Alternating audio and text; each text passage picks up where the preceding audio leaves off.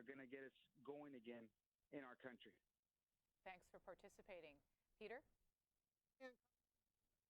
For Donald Trump tweeted this picture out earlier of she and Mr. Trump on the way to the airport in New York, and the photo credit is given to Melania Trump.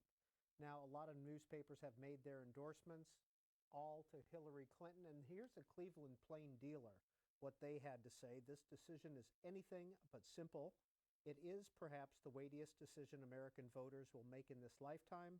In a rare moment of accord, the 10 members of the editorial board of the Plain Dealer and Cleveland.com are unanimous in declaring that Donald Trump is dangerously unfit to lead this great nation. The members do not feel Hillary Clinton is a good candidate either. They are mostly aligned in their sentiment that Clinton has significant and well-known flaws, but they fear that a Trump presidency threatens our national security and basic civil values. We have about 7 or 8 minutes until Janet Brown comes out to speak to the crowd, and we'll pick up our live coverage from there and follow it all the way till the debate officially begins just shortly after 9 Eastern Time. Again, it's a 90-minute format. The first debate had 84 million television viewers, and with all the controversy over the last couple of days, it will be very interesting to people who follow the media how many Americans are tuning in tonight to watch this second matchup between Hillary Clinton and Donald Trump. There are lots of ways to watch it on the internet, including C-SPAN, where you can watch the debate as it happens in either a feed just like our television feed, or you can watch individual cameras, so you can always keep an eye on the expressions of the two candidates as they are answering or listening to the answers of the other questioners. So 2 options there. We'll also be streaming on our Facebook page, and after it's over, you can go to our website and clip your favorite exchanges and send them out to friends, to people that you follow on Twitter, and others that are interested in politics. Back to calls, we're asking you what you would like to ask if you were in the audience tonight, if you were a member of the town hall. Amy is in Clearwater, Florida, and supporting Donald Trump. What would you ask? I would ask President or future President Donald Trump, with the Obamacare that has been the last so many years, and it's been suffering a lot of middle care people, is he going to continue with Obamacare, or what does he continue to do? Thanks for your call, Amy. On Twitter, George Hoffman says he'd like to ask either candidate, be it by raising taxes or cutting spending, do you support always submitting a balanced budget? Next up, we'll hear from Joel, Lakeland, Florida, on our other line. Do you have a candidate yet, Joel? No, I do not. And how closely will you be watching tonight to make a decision? We almost have like a debate party. We're having chips and dip. I'm very close because I'm extremely unsatisfied with both candidates. So I don't know what I'm going to do. So if you had an opportunity to be there, who would you ask a question of? It would be to Mrs. Clinton. It's basically an economic question. I'm very confused how she's, her and her husband are worth $100,000 if she has only worked as a senator for 9 years in the last 16 years and as a cabinet member, and he was unemployed. How did they raise $100 million from 2000 to 2016? Okay, thank you, Joel. How many people are watching at your house tonight? We have right now 3.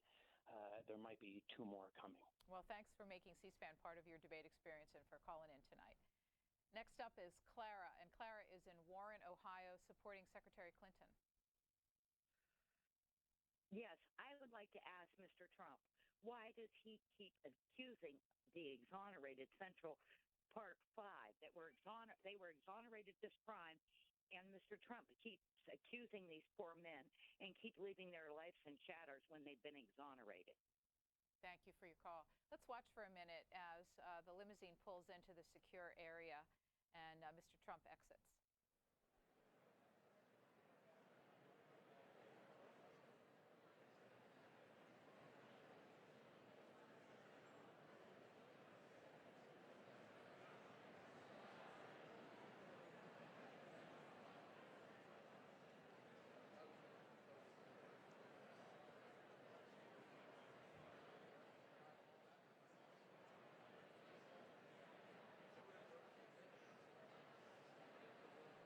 And you saw the candidate being accompanied by Melania Trump, and there was also Ivanka Trump and Jared Kushner, her spouse, going up the stairs there as you're looking at live coverage behind the scenes at tonight's debate from Washington University in St. Louis.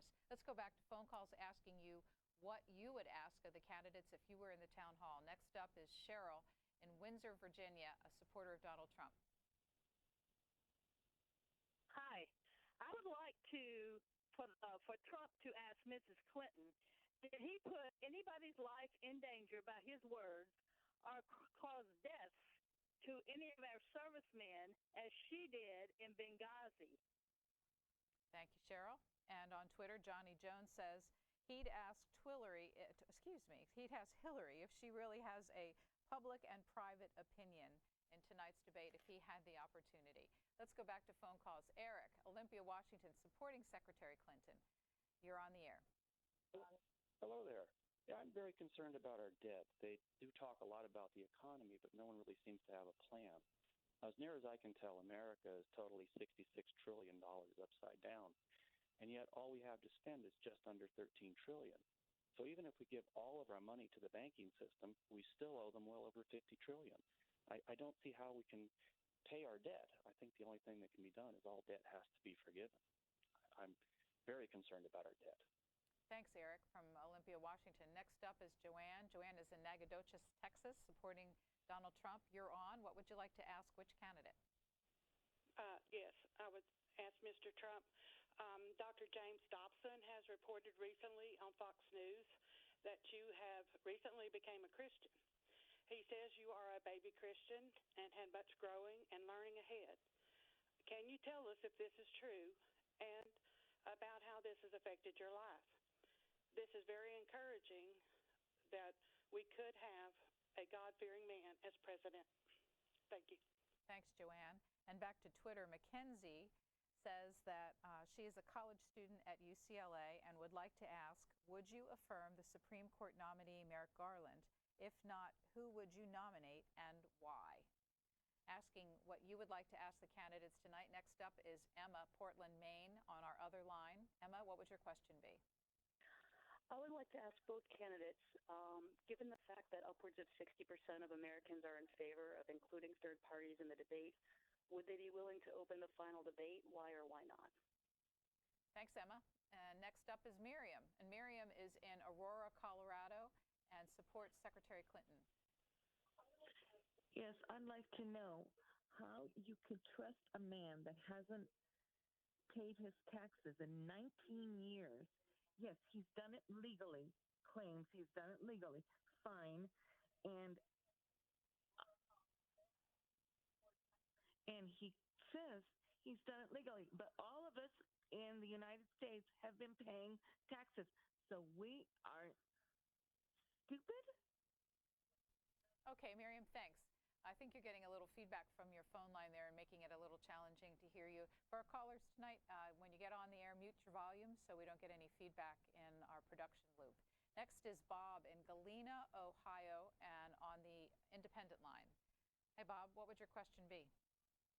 Well, my question would be why I cannot find an Obamacare insurance company on Bob, and with apologies, I'm going to let you go so we can listen in to Janet Brown of the Debates Commission.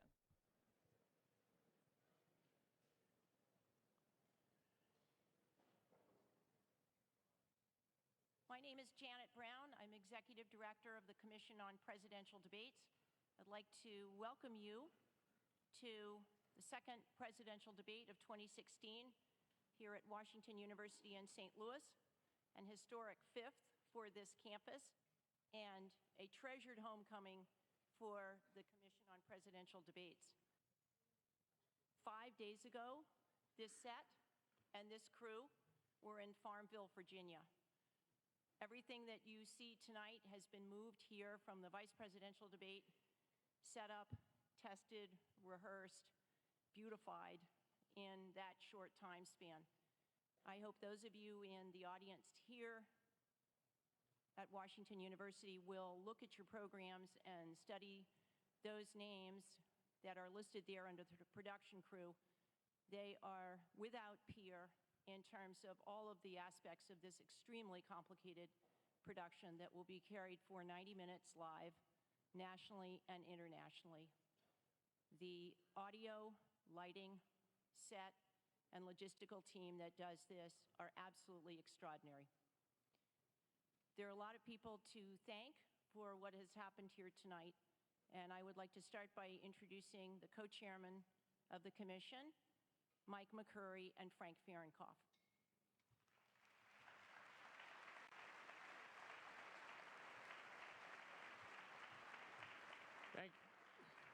Thank you, Janet. What a pleasure it is to be here at Washington University. The 5th time that we have been here for a presidential debate. It's beginning to feel almost like a permanent home for the Commission on Presidential Debate. So all of you from Washington University and the community here, thank you very much, and give yourself a round of applause.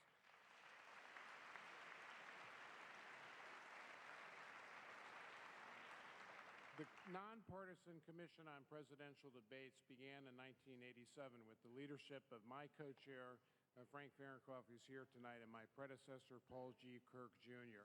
And they did an extraordinary thing. They actually decided that presidential debates ought to be institutionalized and the American people ought to expect that they would happen and that the candidates would participate. And we've been able to do that. We've been able to do that with the assistance of 14 incredible members of our commission, distinguished leaders who join me and Frank. And I'd like to introduce them now. We'll give them a round of applause at the end. We're delighted to be joined tonight by the chairman of the Howard G. Buffett Foundation, Howard Buffett, your former United States Senator here in Missouri, Jack Danforth, the former anchor of ABC. By the way, guys, stand up as I list your names. The former anchor of ABC World News with Charles Gibson, obviously Charlie Gibson, the president of the University of Notre Dame, Father John Jenkins, the former president of the League of Women Voters and the current president of the Council on Foundations, Dorothy Dott Ridings, and the former president of Princeton University, Shirley Tillman. Go Tigers. So if you could all stand and give them a round of applause.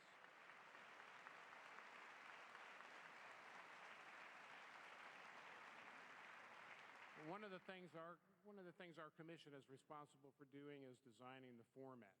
If you've watched the previous presidential debate, you know this one is different because we have with us citizen participants who have been selected by the Gallup organization. They represent uncommitted citizens here in the St. Louis area, and they're here to participate in the questioning of the candidates tonight. The other important thing we've done is to take time to give the candidates more opportunity to discuss with themselves the important issues that face our country. So rather than having rapid-fire questions, we give the candidates an opportunity to really have a discussion. That's an important part of the format changes that we've made. You should know that we don't know at the commission, the campaigns don't know, and the candidates don't know what our fellow citizens here tonight are going to ask. We're also going to have questions incorporated into this debate by our moderators that arrive from social media, from places like Facebook, who's our very valued partner, Twitter, AOL, MSN, so many of the other places where we continue to have conversations as citizens in our new online, new media formats. That will be an important feature of our format tonight. The important thing for all of you who are here, you are here standing in for tens of millions of Americans who are able to watch this on television tonight. So we ask that you be very careful and respectful of their desire to hear this debate without the interruptions of applause, cheering, booing, anything else that you want to do. You're here to be respectful of all of your other citizens who are watching this debate and the candidates who are participating in the debate and the moderators who are asking the questions. So we ask that you not use any cell phones, electronic devices, and that will be grounds for you to actually be politely asked to leave the hall. And we hope you will honor those rules that will make it possible for this debate to proceed the way it needs to proceed. So with that, I would like to introduce my very dear friend and valued co-partner in this, the other co-chair of the Commission on Presidential Debates, Frank Fahrenkopf. Thank you, Mike. And thank you, ladies and gentlemen. It's great to be back at this wonderful institution. Let me say a few words. Mike started it about the commission. The Commission on Presidential Debates is a nonpartisan, nonprofit organization. We get no funding from the political parties, from the campaigns, from the federal government, state or local government. We're self-funded. And in the 2016 cycle where we are now, we have some sponsors who, were it not for them, we would not be here tonight. They are companies and corporations and individuals and foundations who truly believe that the American people ought to be able to see candidates who want to be president or vice president of the United States stand before the television cameras and debate the issues that are so important. And I want to very quickly name them: the Anheuser-Busch Corporation, the Howard G. Buffett Foundation, the Kovler Fund, the law firm of Kroll and Mooring, the AARP, and the National Governors Association. Won't you join with me in thanking them for their support?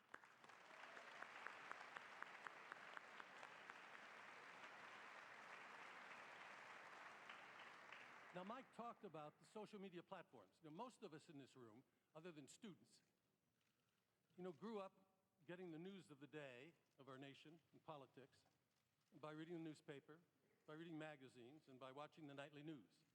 That's no longer the case with a very large number of people in our country, particularly the millennials.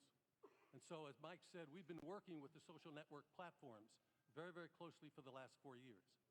And what's happened is, going into this debate tonight, Anderson Cooper and Martha Raddatz have received from those social network platforms the views of the platform participants as to what they think the issues are that are important, and hopefully those issues will be presented in the questions that come from the moderators, in addition to the questions that are going to come from these ladies and gentlemen who are behind us. One last point, and I mentioned this to some detail at the vice presidential debate a week or so ago, is we're particularly proud of the work we do internationally. The United States of America, with all our faults, is still the beacon of democracy and freedom around the world. And we've been working for the last 20 years with nations around the world, particularly emerging democracies, who are amazed that tonight citizens of the St. Louis area are going to have an opportunity to ask questions of the next president of the United States. Amazing. And so we have worked with those 35 nations, and they've created their own CPDs and are doing work.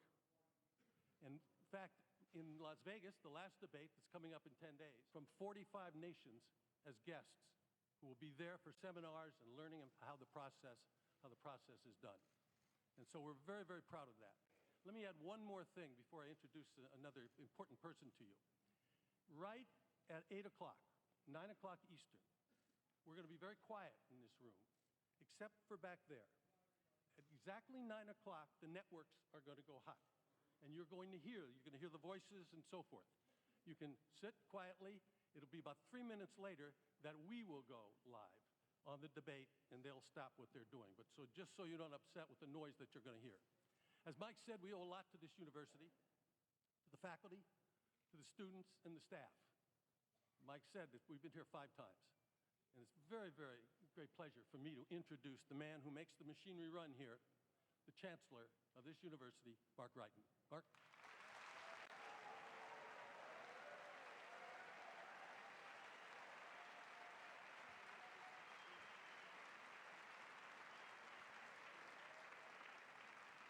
Good evening and welcome to Washington University in St. Louis.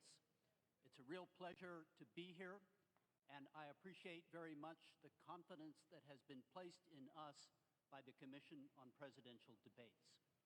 We at Washington University care deeply about the student experience. This debate has offered the opportunity for many students to be engaged, to learn about the issues, to be involved in voter registration.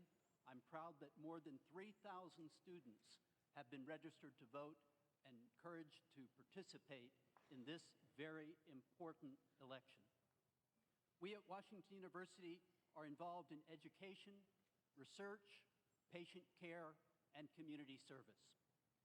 Through this work, we are enhancing the quality of life for all. Indeed, in this era, our overarching goal is to enhance our leadership today to benefit America and the world tomorrow. We're doing this by advancing human health. We have premier researchers addressing Alzheimer's disease. We've developed the third largest cancer center in the United States, the Alvin J. Siteman Cancer Center. We're advancing work in genetics and genomics to pursue personalized precision medicine. And we're advancing innovation and entrepreneurship. St. Louis, in case you haven't noticed, is now one of the startup cities of America. Finally, through our work, we're preparing future leaders. Tonight is a debate between two individuals, one of whom will become the next president of the United States. We at Washington University have the very best students, and I'm grateful that our student union president is here this evening.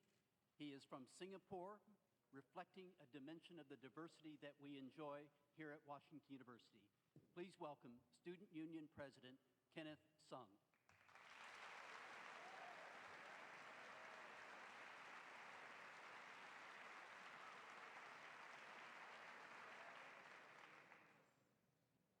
Good evening, and welcome to Washington University in St. Louis. Long years ago, this nation was founded on a grand promise, later memorialized by President Lincoln. America will create a true government of the people, by the people, for the people. This great democratic experiment has since spread like wildfire to much of the world, sometimes raging, but more often smoldering, including to Singapore, my home. Today, too many democratic governments are being undermined by those who have a much different vision of the world, of their power, and of their responsibilities to their citizens. This debate provides a momentous occasion to show that while citizens may disagree fervently on issues, they agree that it is important to stay engaged in the democratic process if Lincoln's words have any meaning at all. Come November 8th, citizens across this nation will cast their ballots and show the world that democracy as an ideal burns brightly in the dark.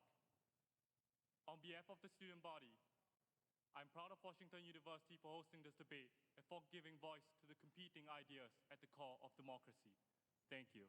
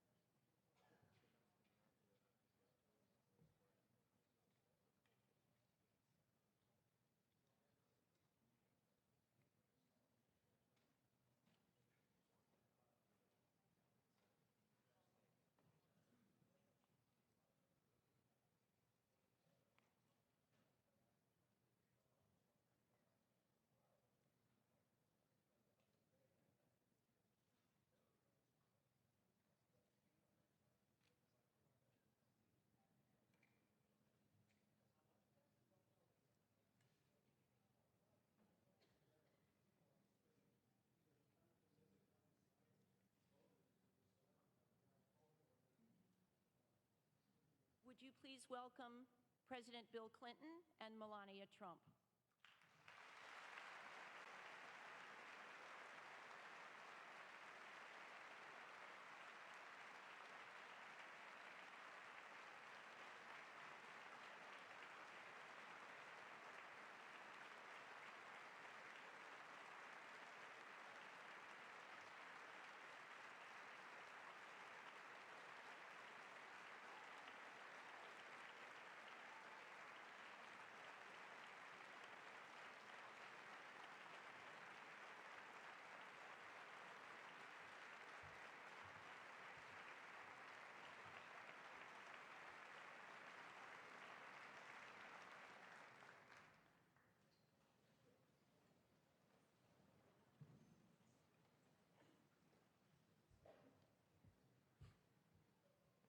big part of the responsibility for any debate rests on the shoulders of the moderators. We are grateful and honored tonight to have Martha Raddatz of ABC News and Anderson Cooper of CNN.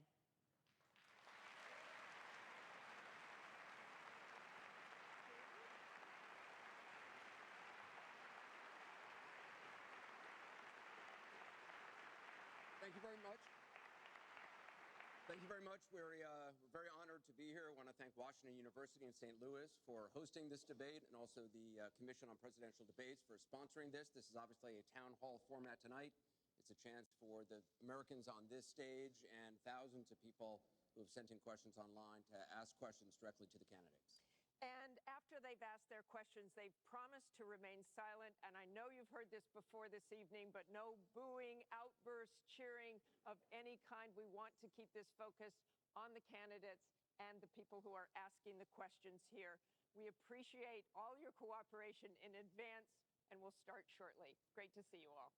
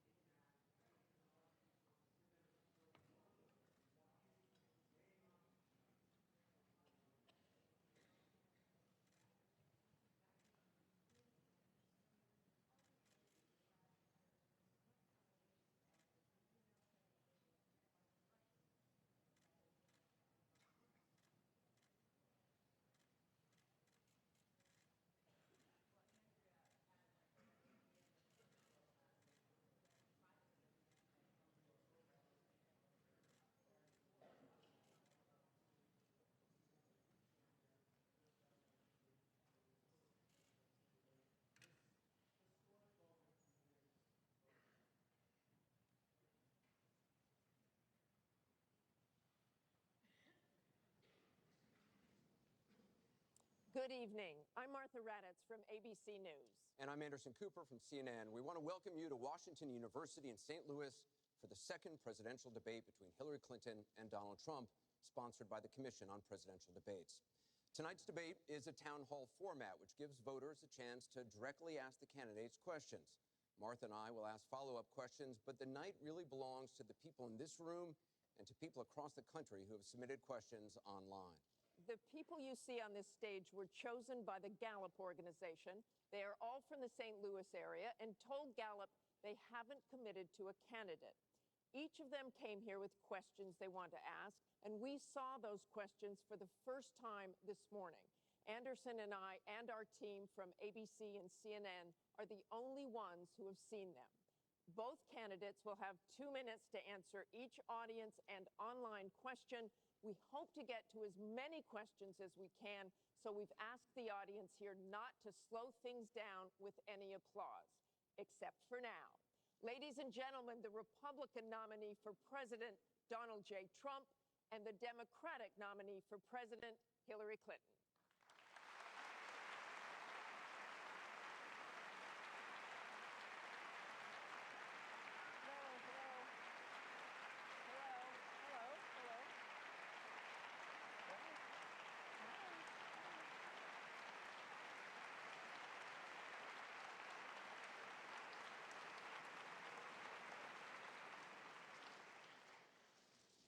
Thank you very much for being here. We're going to begin with a question from one of the members in our town hall. Each of you will have 2 minutes to respond to this question. Secretary Clinton, you won the coin toss, so you'll go first. Our first question comes from Patrice Brock. Patrice? Thank you and good evening. The last presidential debate could have been rated as MA, mature audiences, per TV parental guidelines. Knowing that educators assign viewing the presidential debates as students' homework, do you feel you are modeling appropriate and positive behavior for today's youth? Well, thank you. Are you a teacher?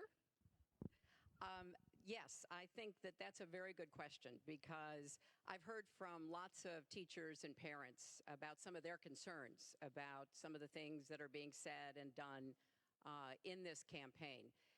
And I think it is very important for us to make clear to our children that our country really is great because we're good.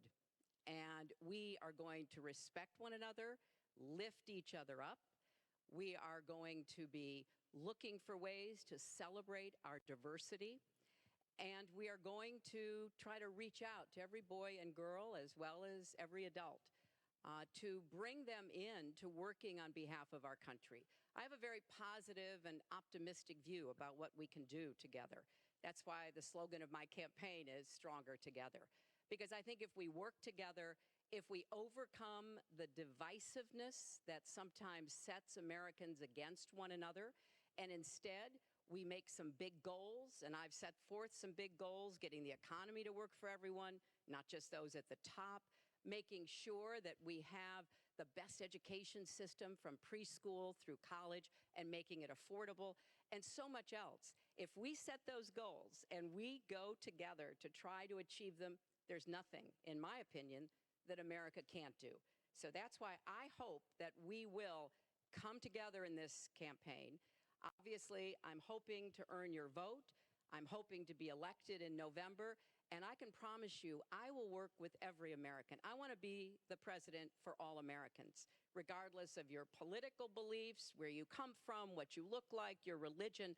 I want us to heal our country and bring it together, because that's, I think, the best way for us to get the future that our children and our grandchildren deserve. Secretary Clinton, thank you. Mr. Trump, you have 2 minutes. Well, I actually agree with that. I agree with everything she said. I began this campaign because I was so tired of seeing such foolish things happen to our country. This is a great country. This is a great land. I've gotten to know the people of the country over the last year and a half that I've been doing this as a politician. I cannot believe I'm saying that about myself, but I guess I have been a politician.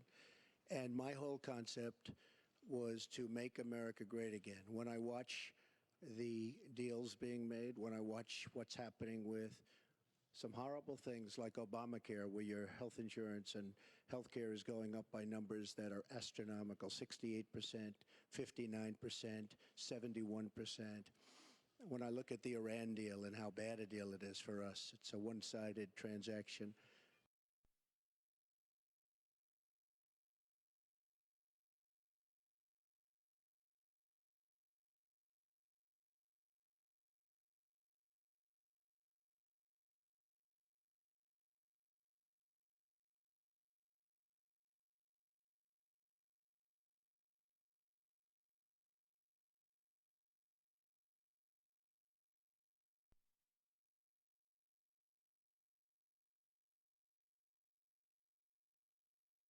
Deals. We're going to make great trade deals. We're going to have a strong border. We're going to bring back law and order. Just today, policeman was shot, 2 killed, and this is happening on a weekly basis. We have to bring back respect to law enforcement. At the same time, we have to take care of people on all sides. We need justice. But I want to do things that haven't been done, including fixing and making our inner cities better for the African American citizens that are so great, and for the Latinos, Hispanics. And I look forward to doing it. It's called Make America Great Again. Thank you, Mr. Trump. The question from Patrice was about, are you both modeling positive and appropriate behaviors for today's youth? We received a lot of questions online, Mr. Trump, about the tape that was released on Friday. As you can imagine, you called what you said locker room banter. You described kissing women without consent, grabbing their genitals. That is sexual assault. You bragged that you have sexually assaulted women. Do you understand that? No, I didn't say that at all. I don't think you understood what was said. This was locker room talk. I'm not proud of it. I apologize to my family. I apologize to the American people. Certainly, I'm not proud of it. But this is locker room talk. You know, when we have a world where you have ISIS chopping off heads, where you have, and frankly, drowning people in steel cages, where you have wars and horrible, horrible sights all over, where you have so many bad things happening. This is like medieval times. We haven't seen anything like this, the carnage all over the world. And they look and they see. Can you imagine the people that are frankly doing so well against us with ISIS? And they look at our country and they see what's going on. Yes, I'm very embarrassed by it. I hate it. But it's locker room talk, and it's one of those things. I will knock the hell out of ISIS. We're going to defeat ISIS. ISIS happened a number of years ago in a vacuum that was left because of bad judgment. And I will tell you, I will take care of ISIS. So, Mr. And Trump, we should get on to much more important things and much bigger things. just for the record, though, are you saying that what you said on that bus 11 years ago, that you did not actually kiss women without consent or grope women without consent? I have great respect for women. Nobody has more respect for women than I do. So for the record, you're saying you never did that? I said things that, frankly, you hear these things are said. And I was embarrassed by it, but I have tremendous respect for women. Have you ever done those women things? Have respect for me. And I will tell you, no, I have not. And I will tell you that I'm going to make our country safe. We're going to have borders in our country, which we don't have now. People are pouring into our country, and they're coming in from the Middle East and other places. We're going to make America safe again. We're going to make America great again, but we're going to make America safe again. And we're going to make America wealthy again, because if you don't do that, it sounds harsh to say, but we have to build up the wealth of our nation. Right now, other nations are taking our jobs and they're taking our wealth. Thank you, Mr. Trump. And that's what I want to talk about. Secretary Clinton, do you want to respond? Well, like everyone else, I've spent a lot of time thinking over the last 48 hours about what we heard and saw. You know, with prior Republican nominees for president, I disagreed with them on politics, policies, principles, but I never questioned their fitness to serve. Donald Trump is different. I said starting back in June that he was not fit to be president and commander-in-chief. And many Republicans and independents have said the same thing. What we all saw and heard on Friday was Donald talking about women, what he thinks about women, what he does to women. And he has said that the video doesn't represent who he is, but I think it's clear to anyone who heard it that it represents exactly who he is, because we've seen this throughout the campaign. We have seen him insult women. We've seen him rate women on their appearance, ranking them from 1 to 10.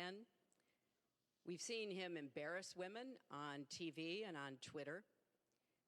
We saw him after the first debate spend nearly a week denigrating a former Miss Universe in the harshest, most personal terms. So, yes, this is who Donald Trump is. But it's not only women, and it's not only this video that raises questions about his fitness to be our president, because he has also targeted immigrants, African Americans, Latinos, people with disabilities, POWs, Muslims, and so many others.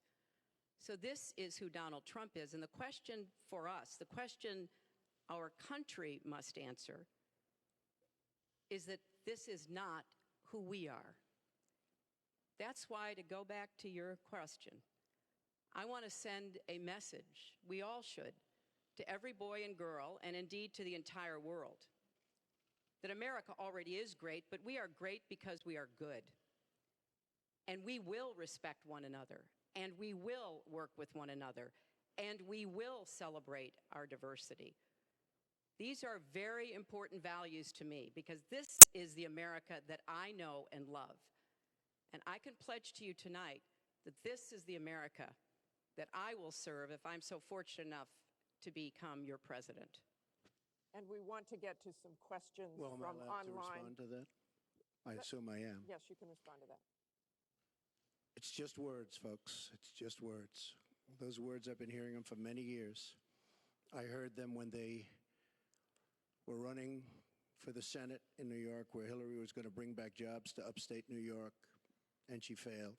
I've heard them where Hillary is constantly talking about the inner cities of our country, which are a disaster, education-wise, job-wise, safety-wise, in every way possible.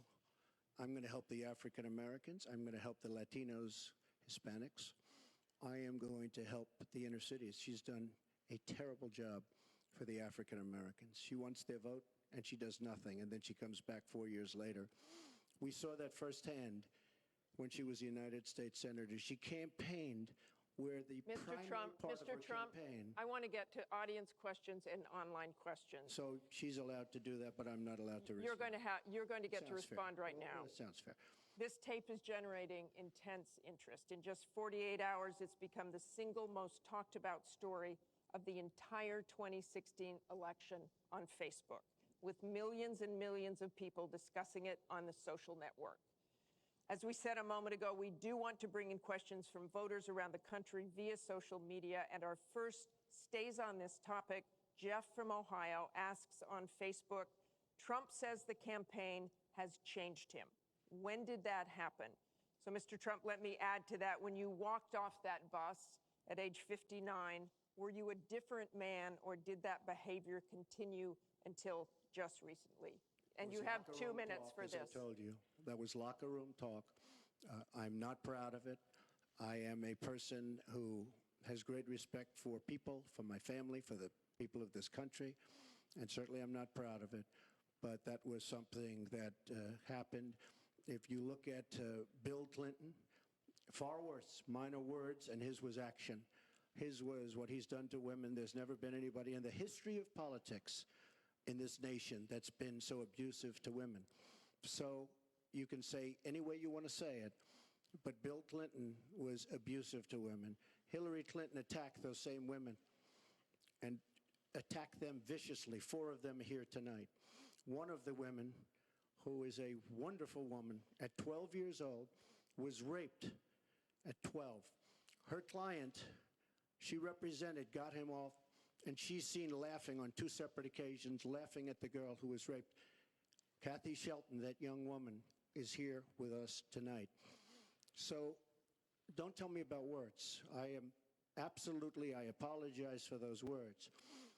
But it is things that people say. But what President Clinton did, he was impeached. He lost his license to practice law. He had to pay an $850,000 fine to one of the women, Paula Jones, who's also here tonight. And I will tell you that when Hillary brings up a point like that, and she talks about words that I said 11 years ago, I think it's disgraceful, and I think she should be ashamed of herself, if you want to know the truth. Can we please hold the applause? Secretary Clinton, you have 2 minutes.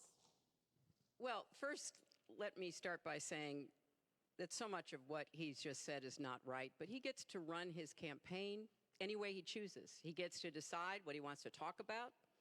Instead of answering people's questions, talking about our agenda, laying out the plans that we have that we think can make a better life and a better country, that's his choice.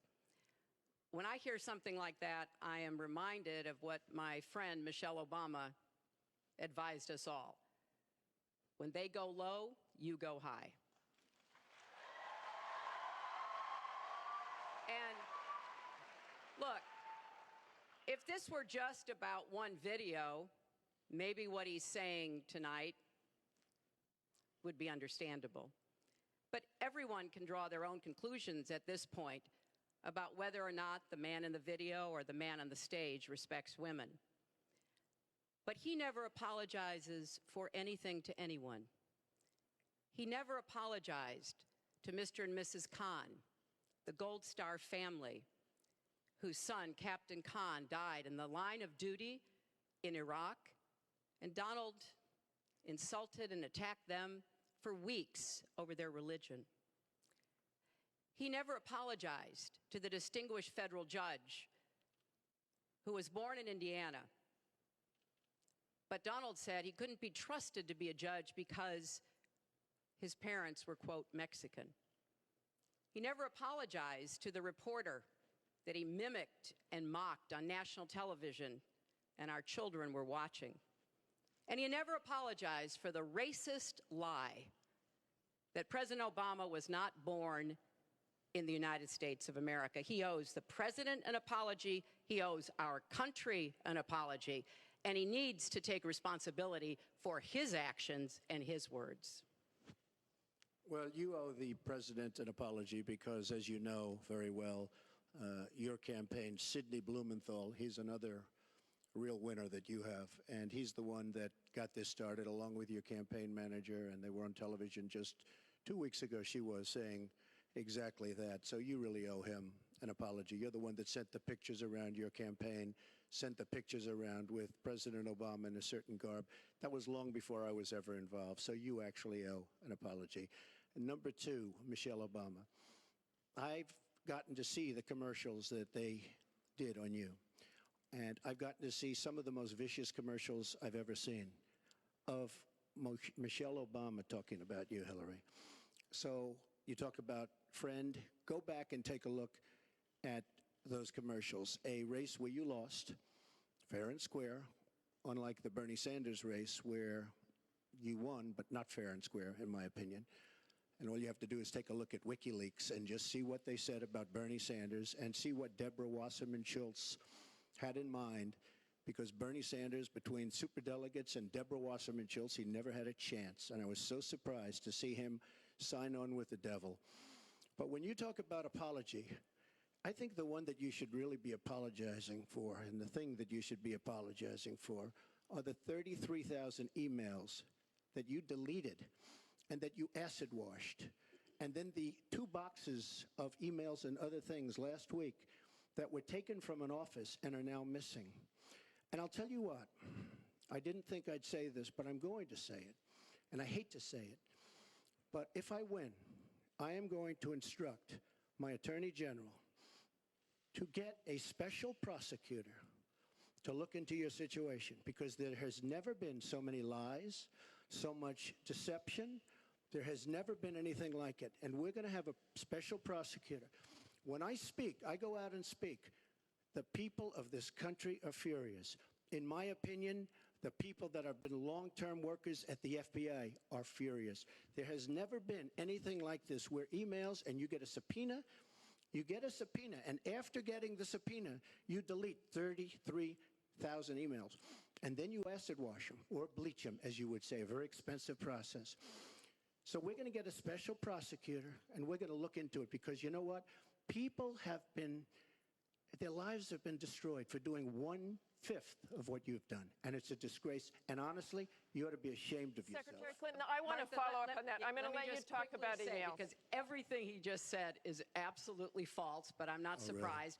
In the first debate, and the audience needs to calm down here. I told people that it would be impossible to be fact-checking Donald all the time. I'd never get to talk about anything I want to do and how we're going to really make lives better for people.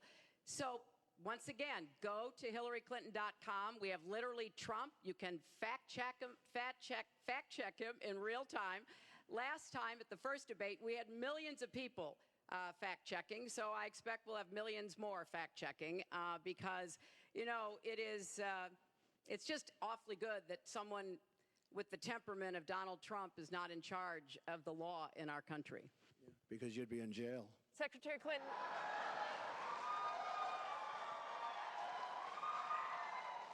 We want to remind the audience to please not talk out loud. Please do not applaud. You're just wasting time. And Secretary Clinton, I do want to follow up on emails. You've said your handling of your emails was a mistake. You disagreed with FBI Director James Comey, calling your handling of classified information, quote, extremely careless. The FBI said that there were 110 classified emails that were exchanged, 8 of which were top secret, and that it was possible hostile actors did gain access to those emails. You don't call that extremely careless? Well, Martha, first let me say, and I've said it before, but I'll repeat it because I want everyone to hear it, that was a mistake, and I take responsibility for using a personal email account. Obviously, if I were to do it over again, I would not. I'm not making any excuses. It was a mistake, and I am very sorry about that. But I think it's also important to point out where there are some misleading accusations from critics and others. After a year-long investigation, there is no evidence that anyone hacked the server I was using, and there is no evidence that anyone can point to at all, anyone who says otherwise has no basis, that any classified material ended up in the wrong hands. I take classified materials very seriously, and always have. When I was on the Senate Armed Services Committee, I was privy to a lot of classified material. Obviously, as Secretary of State, I had some of the most important secrets that we possess, such as going after bin Laden. So I am very committed to taking classified information seriously, and as I said, there is no evidence that any classified information ended up in the wrong hands. Okay, we're going to move on. And yet, she didn't know the letter C on a document, right? She didn't even know what that letter meant. You know, it's amazing. I'm watching Hillary go over facts, and she's going after fact after fact, and she's lying again because she said what she did with emails was fine. You think it was fine to delete 33,000 emails? I don't think so. She said the 33,000 emails had to do with her daughter's wedding, number one, and a yoga class. Well, maybe we'll give 3 or 4 or 5 or something. 33,000 emails deleted. And now she's saying there wasn't anything wrong. And more importantly, that was after getting a subpoena. That wasn't before. That was after. She got it from the United States Congress. And I'll be honest, I am so disappointed in congressmen, including Republicans, for allowing this to happen. Our Justice Department, where her husband goes onto the back of an airplane for 39 minutes, talks to the Attorney General days before a ruling is going to be made on her case. But for you to say that there was nothing wrong with you deleting 39,000 emails, again, you should be ashamed of yourself. What you did, and this is after getting a subpoena from the United States Congress. We have to move on. Secretary Clinton, you can respond, and then we got to move on. We want to give the audience a chance put here. In jail, let alone after getting a subpoena from the United States Secretary Congress. Clinton, you can respond. Then we have to move on to an audience question. Look, it's just not true, and so please you didn't delete them? Allow her to respond, please. Personal emails, not official. 33,000? Well, we turned over 35,000, so it was. What about the other 15,000? Please allow her to respond. She didn't talk while you talked. Yes, that's true. I didn't.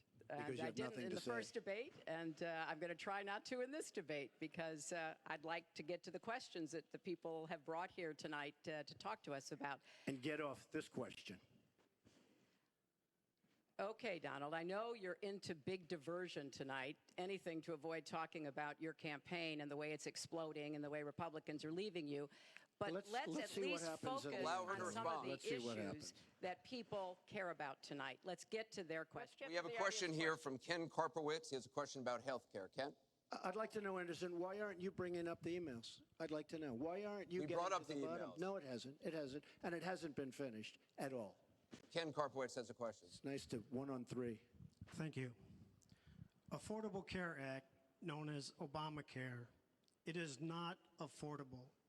Premiums have gone up, deductibles have gone up, co-pays have gone up, prescriptions have gone up, and the coverage has gone down. What will you do to bring the costs down and make coverage better? That first one goes to Secretary Clinton because you started out the last one to the audience. If he wants to start, he can start. No, go ahead, Donald. No, I'm a gentleman, Hillary. Go ahead. Secretary Clinton? Well, I think Donald was about to say he's going to solve it by repealing it and getting rid of the Affordable Care Act. And I'm going to fix it because I agree with you. Premiums have gotten too high, co-pays, deductibles, prescription drug costs. And I've laid out a series of actions that we can take to try to get those costs down. But here's what I don't want people to forget. When we're talking about reining in the costs, which has to be the highest priority of the next president, when the Affordable Care Act passed, it wasn't just that 20 million people got insurance who didn't have it before, but that in and of itself was a good thing. I meet these people all the time, and they tell me what a difference having that insurance meant to them and their families. But everybody else, the 170 million of us who get health insurance through our employers, got big benefits. Number one, insurance companies can't deny you coverage because of a pre-existing condition. Number two, no lifetime limits, which is a big deal if you have serious health problems. Number three, women can't be charged more than men for our health insurance, which is the way it used to be before the Affordable Care Act. Number four, if you're under 26 and your parents have a policy, you can be on that policy until the age of 26, something that didn't happen before. So I want very much to save what works and is good about the Affordable Care Act. But we've got to get costs down. We've got to provide some additional help to small businesses so that they can afford to provide health insurance. But if we repeal it, as Donald has proposed, and start over again, all of those benefits I just mentioned are lost to everybody, not just people who get their health insurance on the exchange. And then we would have to start all over again. Right now, we are at 90% health insurance coverage. That's the highest we've ever been in our country. Secretary Clinton, so I want us to get to 100%, but get costs down and keep quality up. Mr. Trump, you have 2 minutes. It is such a great question, and it's maybe the question I get almost more than anything else outside of defense. Obamacare is a disaster. You know it. We all know it. It's going up at numbers that nobody's ever seen worldwide. Nobody's ever seen numbers like this for health care. It's only getting worse. In 17, it implodes by itself. Their method of fixing it is to go back and ask Congress for more money, more and more money. And we have right now almost $20 trillion in debt. Obamacare will never work. It's very bad health insurance, far too expensive. And not only expensive for the person that has it, unbelievably expensive for our country. It's going to be one of the biggest line items very shortly. We have to repeal it and replace it with something absolutely much less expensive and something that works, where your plan can actually be tailored. We have to get rid of the lines around the state, artificial lines, where we stop insurance companies from coming in and competing because they wanted, President Obama and whoever was working on it, they want to leave those lines because that gives the insurance companies essentially monopolies. We want competition. You will have the finest health care plan there is. She wants to go to a single-payer plan, which would be a disaster, somewhat similar to Canada. And if you ever notice, the Canadians, when they need a big operation, when something happens, they come into the United States in many cases because their system is so slow. It's catastrophic in certain ways. But she wants to go to single payer, which means the government basically rules everything. Hillary Clinton has been after this for years. Obamacare was the first step. Obamacare is a total disaster. And not only are your rates going up by numbers that nobody's ever believed, but your deductibles are going up, so that unless you get hit by a truck, you're never going to be able to use it. Mr. Trump, it is a disastrous plan, and it has to be repealed and replaced. Secretary Clinton, let me follow up with you. Your husband called Obamacare, quote, the craziest thing in the world, saying that small business owners are getting killed as premiums double, coverage is cut in half. Was he mistaken, or was his mistake simply telling the truth? No, I mean, he clarified what he meant, and it's very clear. Look, we are in a situation in our country where if we were to start all over again, we might come up with a different system. But we have an employer-based system. That's where the vast majority of people get their health care. And the Affordable Care Act was meant to try to fill the gap between people who were too poor and couldn't put together any resources to afford health care, namely people on Medicaid. Obviously, Medicare, which is a single-payer system, which takes care of our elderly and does a great job doing it, by the way. And then all the people who were employed, but people who were working but didn't have the money to afford insurance and didn't have anybody, an employer or anybody else, to help them. That was the slot that the Obamacare approach was to take. And like I say, 20 million people now have health insurance. So if we just rip it up and throw it away, what Donald's not telling you is we just turn it back to the insurance companies the way it used to be. And that means the insurance companies get to do pretty much whatever they want, including saying, look, I'm sorry, you've got diabetes, you had cancer, your child has asthma. Your time is up. You may not be able to have insurance because you can't afford it. So let's fix what's broken about it, but let's not throw it away and give it all back to the insurance companies and the drug companies. Let me follow up with you, Mr. That's not going to work. Mr. Trump, let me follow on this. I just wanted just one thing. First of all, Hillary, everything's broken about it, everything. Number two, Bernie Sanders said that Hillary Clinton has very bad judgment.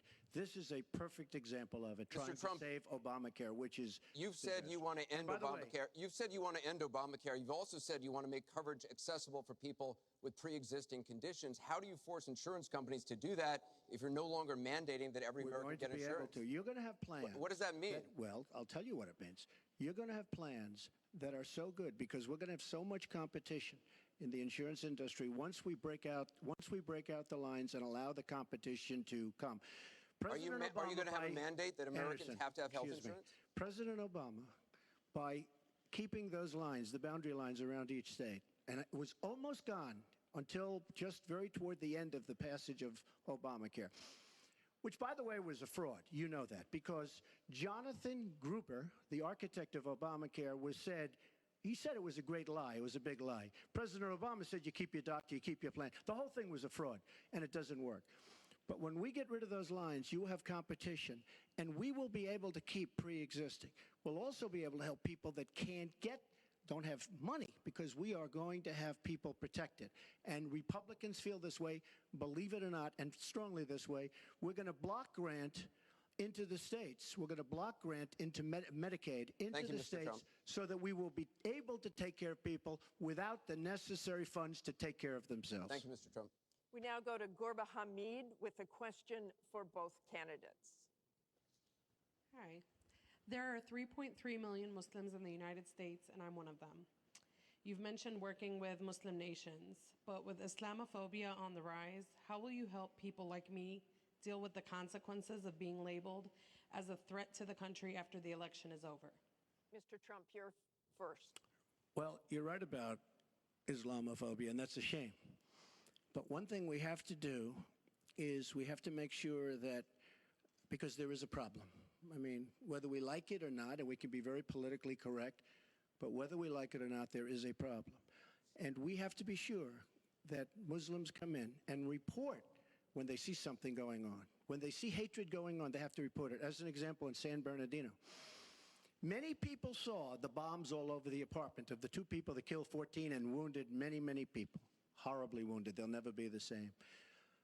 Muslims have to report the problems when they see them. And, you know, there's always a reason for everything. If they don't do that, it's a very difficult situation for our country. Because you look at Orlando, and you look at San Bernardino, and you look at the World Trade Center, go outside, you look at Paris, look at that horrible, these are radical Islamic terrorists. And she won't even mention the word, and nor will President Obama. He won't use the term radical Islamic terrorism. Now, to solve a problem, you have to be able to state what the problem is, or at least say the name. She won't say the name, and President Obama won't say the name, but the name is there. It's radical Islamic terror. And before you solve it, you have to say the name. Secretary Clinton. Well, thank you for asking your question. And I've heard this question from a lot of Muslim Americans across our country.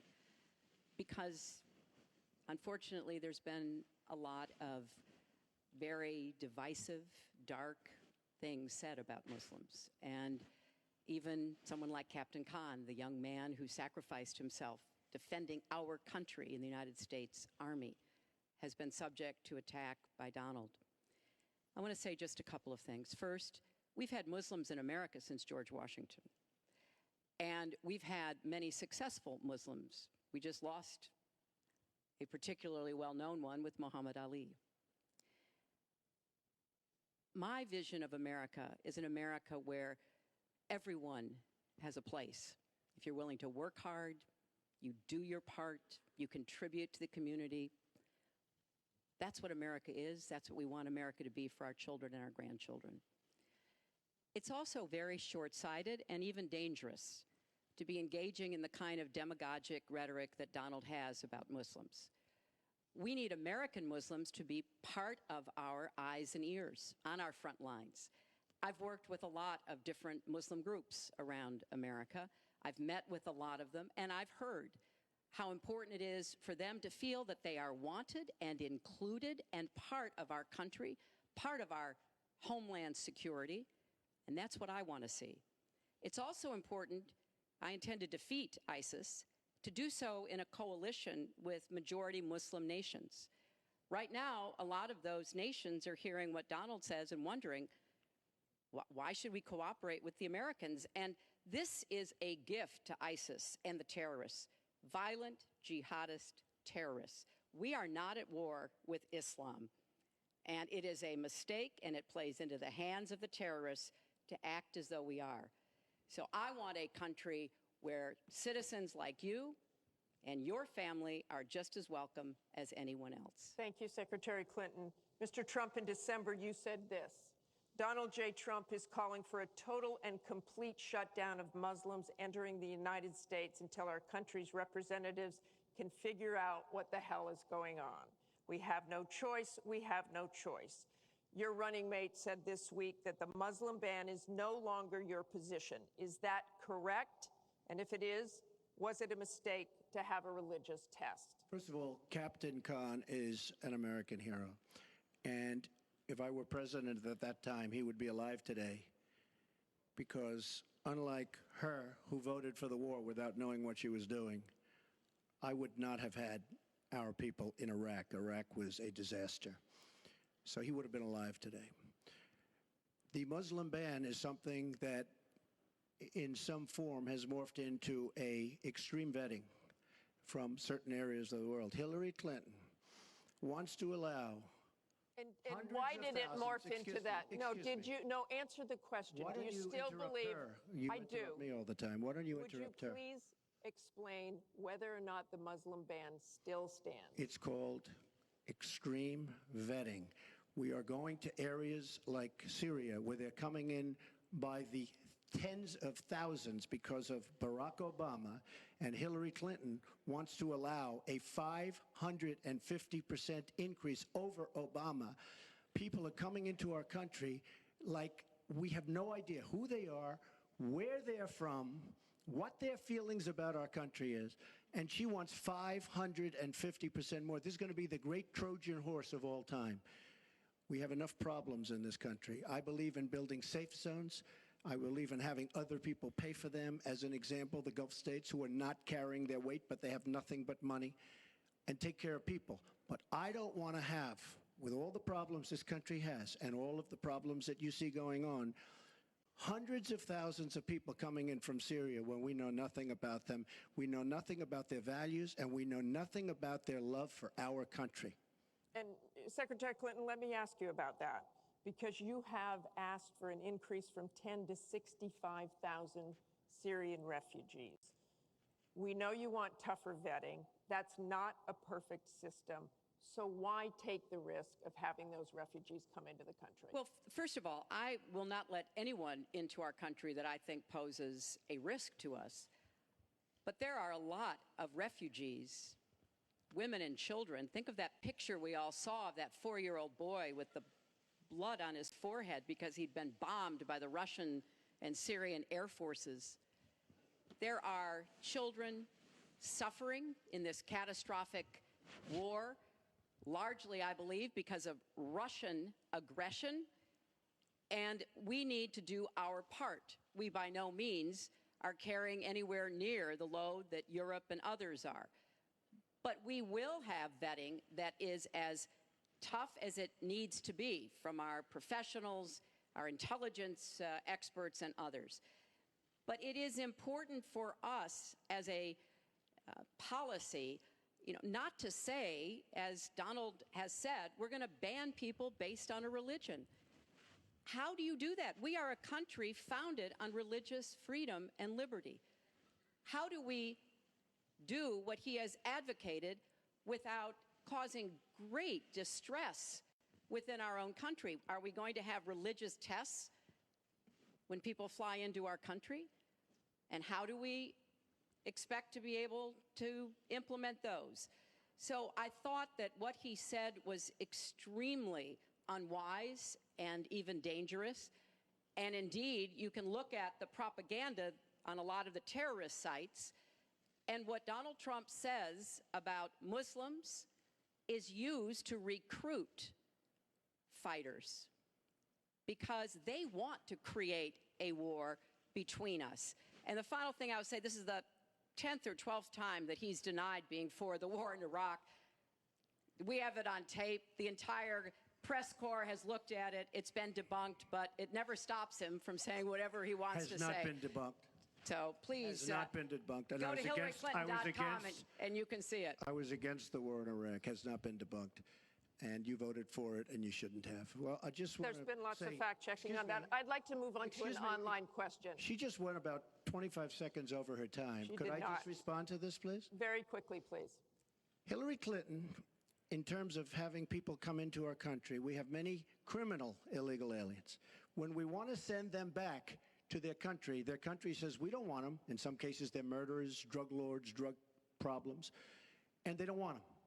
And Hillary Clinton, when she was Secretary of State, said, that's okay, we can't force it into their country. Let me tell you, I'm going to force them right back into their country. They're murderers and some very bad people. And I will tell you very strongly, when Bernie Sanders said she had bad judgment, she has really bad judgment, because we are letting people into this country that are going to cause problems and crime like you've never seen. We're also letting drugs pour through our southern border at a record clip, and it shouldn't be allowed to happen. ICE just endorsed me. They've never endorsed a presidential candidate. The Border Patrol agents, 16,500, just recently endorsed me. And they endorsed me because I understand the border. She doesn't. She wants amnesty for everybody. Come right in, come right over. It's a horrible thing she's doing. She's got bad judgment, and honestly, so bad that she should never be president of the United States. That I can tell you. Thank you, Mr. Trump. I want to move on. This next question comes from the public through the Bipartisan Open Debate Coalition's online forum, where Americans submitted questions that generated millions of votes. This question involves WikiLeaks' release of purported excerpts of Secretary Clinton's paid speeches, which she has refused to release, and one line in particular in which you, Secretary Clinton, purportedly say you need both a public and private position on certain issues. So, two from Virginia asks, is it okay for politicians to be two-faced? Is it acceptable for a politician to have a private stance on issues? Secretary Clinton, your 2 minutes. Right. As I recall, that was something I said about Abraham Lincoln after having seen the wonderful Steven Spielberg movie called Lincoln. It was a master class watching President Lincoln get the Congress to approve the 13th Amendment. It was principled and it was strategic. And I was making the point that it is hard sometimes to get the Congress to do what you want to do, and you have to keep working at it. And yes, President Lincoln was trying to convince some people. He used some arguments. Convincing other people, he used other arguments. That was a great, I thought, a great display of presidential leadership. But, you know, let's talk about what's really going on here, Martha, because our intelligence community just came out and said in the last few days that the Kremlin, meaning Putin and the Russian government, are directing the attacks, the hacking on American accounts to influence our election. And WikiLeaks is part of that, as are other sites where the Russians hack information. We don't even know if it's accurate information, and then they put it out. We have never in the history of our country been in a situation where an adversary, a foreign power, is working so hard to influence the outcome of the election. And believe me, they're not doing it to get me elected. They're doing it to try to influence the election for Donald Trump. Now, maybe because he has praised Putin, maybe because he says he agrees with a lot of what Putin wants to do, maybe because he wants to do business in Moscow. I don't know the reasons. But we deserve answers. And we should demand that Donald release all of his tax returns so that people can see what are the entanglements and the financial relationships going to get to that later. He has Secretary with Clinton, Russians and you're out other of time. foreign powers. Well, I think I should Mr. respond Trump. because it's so ridiculous. Look, now she's blaming, she got caught in a total lie. Her papers went out to all her friends at the banks, Goldman Sachs and everybody else, and she said things, WikiLeaks, that just came out. And she lied. Now she's blaming the lie on the late, great Abraham Lincoln. That's one that I haven't. Okay, Honest Abe. Honest Abe never lied. That's the good thing. That's the big difference between Abraham Lincoln and you. That's a big, big difference. We're talking about some difference. But as far as other elements of what she was saying, I don't know, Putin. I think it would be great if we got along with Russia, because we could fight ISIS together, as an example, but I don't know Putin. But I notice anytime anything wrong happens, they like to say, the Russians, she doesn't know if it's the Russians doing the hacking. Maybe there is no hacking, but they always blame Russia. And the reason they blame Russia is because they think they're trying to tarnish me with Russia. I know nothing about Russia.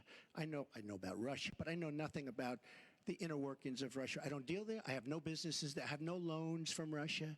I have a very, very great balance sheet, so great that when I did the old post office on Pennsylvania Avenue, the United States government, because of my balance sheet, which they actually know very well, chose me to do the old post office between the White House and Congress, chose me to do the old post office. One of the primary things, in fact, perhaps the primary thing, was balance sheet.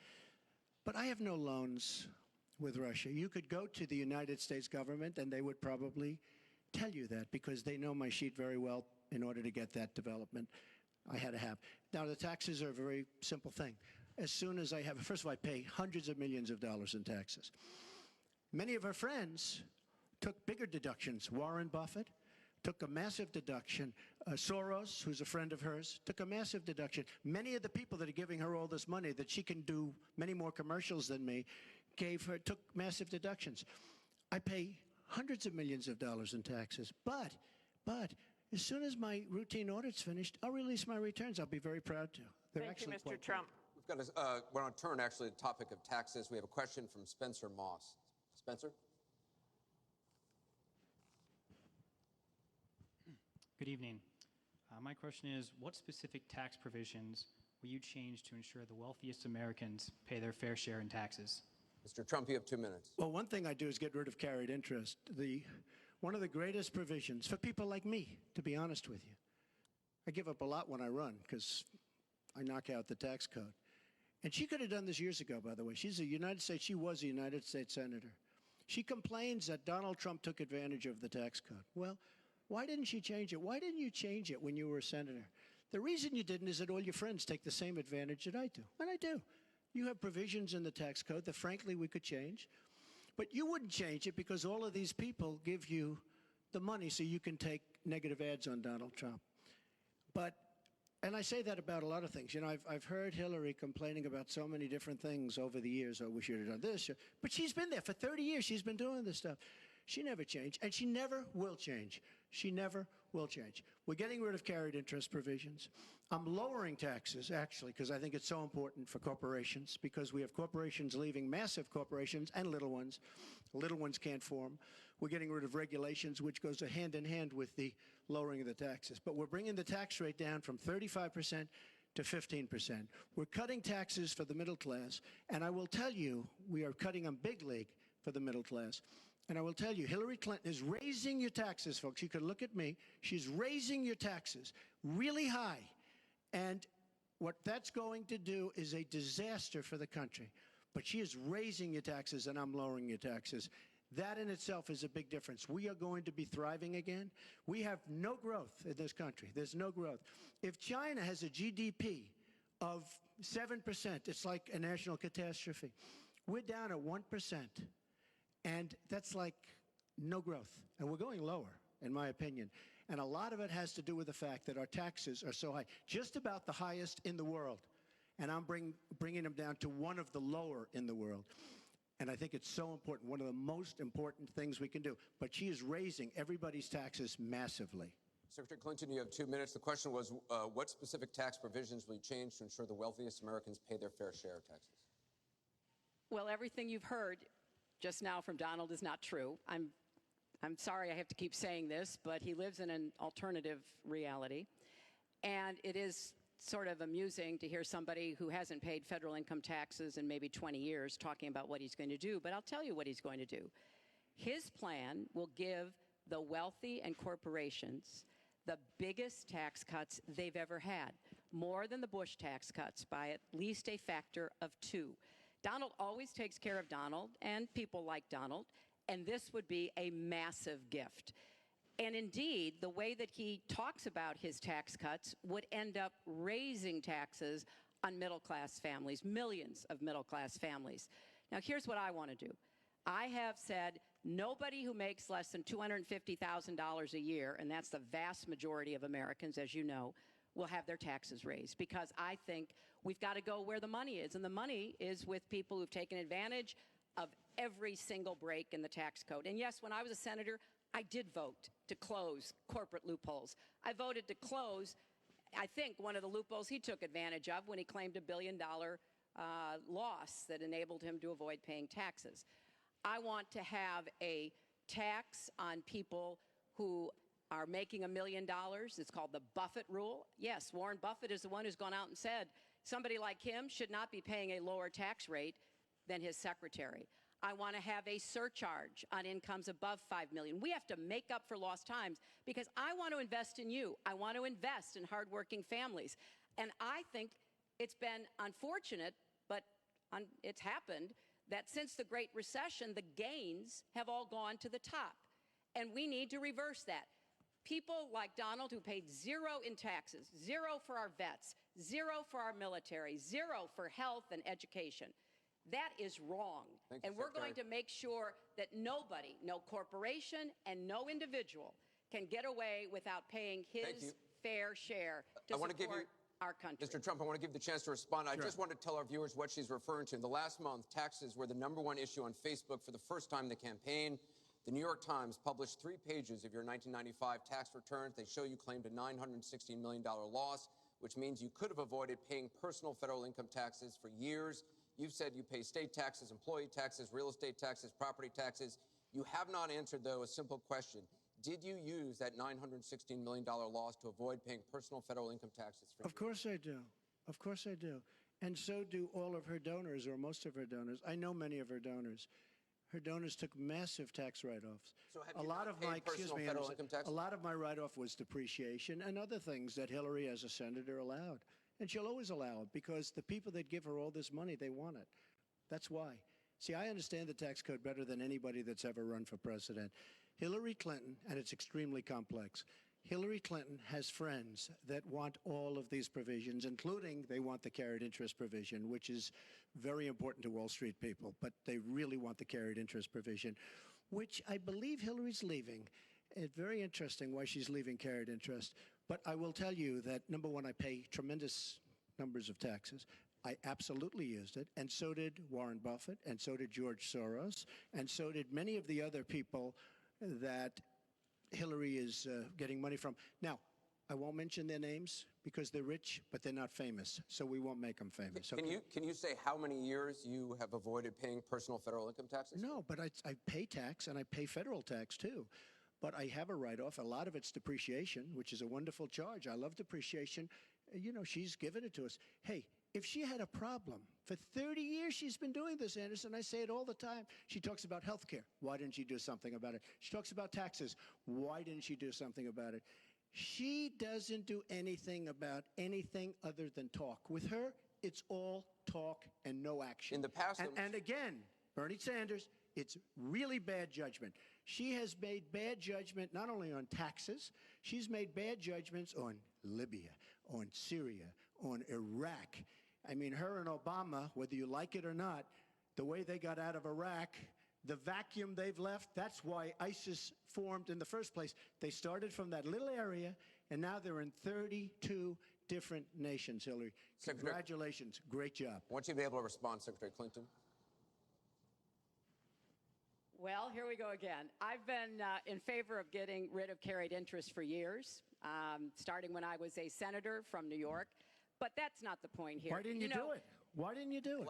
Because I was a senator with a Republican president. Oh, really? I will be the you president. You could have done it. If you were an effective, senator, you could have done it. If you were an effective senator, you could have done it. But you were not an effective Please allow her to senator. respond. She didn't interrupt you. You know, under our Constitution, presidents have something called veto power. Look, he has now said repeatedly, 30 years this and 30 years that. So let me talk about my 30 years in public service. I'm very glad to do so. 8 million kids every year have health insurance because when I was First Lady, I worked with Democrats and Republicans to create the Children's Health Insurance Program. Hundreds of thousands of kids now have a chance to be adopted because I worked to change our adoption and foster care system. After 9/11, I went to work with Republican mayor, governor, and president to rebuild New York and to get health care for our first responders who were suffering because they had run toward danger and gotten sickened by it. Hundreds of thousands of National Guard and Reserve members have health care because of work that I did. And children have safer medicines because I was able to pass a law that required the dosing to be more carefully done. When I was Secretary of State, I went around the world advocating for our country, but also advocating for women's rights, to make sure that women had a decent chance to have a better life, and negotiated a treaty with Russia to lower nuclear weapons. 400 pieces of legislation have my name on it as a sponsor or co-sponsor when I was a senator for 8 years. I worked very hard and was very proud to be reelected in New York by an even bigger margin than I had been elected the first time. And as president, I will take that work, that bipartisan work, that finding common ground, because you have to be able to get along with people to get things done in Washington. Thank you, Secretary. And I've proven that I can.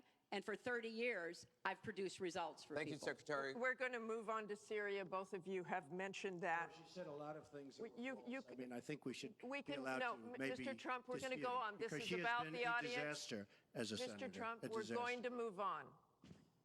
The heartbreaking video of a 5-year-old Syrian boy named Amran sitting in an ambulance after being pulled from the rubble after an airstrike in Aleppo focused the world's attention on the horrors of the war in Syria, with 136 million views on Facebook alone. But there are much worse images coming out of Aleppo every day now, where in the past few weeks alone, 400 people have been killed, at least 100 of them children. Just days ago, the State Department called for a war crimes investigation of the Syrian regime of Bashar al-Assad and its ally, Russia, for their bombardment of Aleppo. So this next question comes from social media through Facebook. Diane from Pennsylvania asks, if you were president, what would you do about Syria and the humanitarian crisis in Aleppo? Isn't it a lot like the Holocaust when the U.S. waited too long before we helped? Secretary Clinton, we will begin with your 2 minutes. Well, the situation in Syria is catastrophic. And every day that goes by, we see the results of the regime by Assad in partnership with the Iranians on the ground, the Russians in the air, bombarding places, in particular Aleppo, where there are hundreds of thousands of people, probably about 250,000 still left. And there is a determined effort by the Russian Air Force to destroy Aleppo in order to eliminate the last of the Syrian rebels who were really holding out against the Assad regime. Russia hasn't paid any attention to ISIS. They're interested in keeping Assad in power. So when I was Secretary of State, advocated, and I advocate today, a no-fly zone and safe zones. We need some leverage with the Russians because they're not going to come to the negotiating table for a diplomatic resolution unless there is some leverage over them. And we have to work more closely with our partners and allies on the ground. But I want to emphasize that what is at stake here is the ambitions and the aggressiveness of Russia. Russia has decided that it's all in Syria, and they've also decided who they want to see become president of the United States, too, and it's not me. I've stood up to Russia. I've taken on Putin and others, and I would do that as president. I think wherever we can cooperate with Russia, that's fine, and I did as Secretary of State. That's how we got a treaty reducing nuclear weapons. It's how we got the sanctions on Iran that put a lid on the Iranian nuclear program without firing a single shot. So I would go to the negotiating table with more leverage than we have now. But I do support the effort to investigate for crimes, war crimes committed by the Syrians and the Russians and try to hold them accountable. Thank you, Secretary Clinton. First of all, Mr. she Trump. was there as Secretary of State with the so-called line in the sand, which...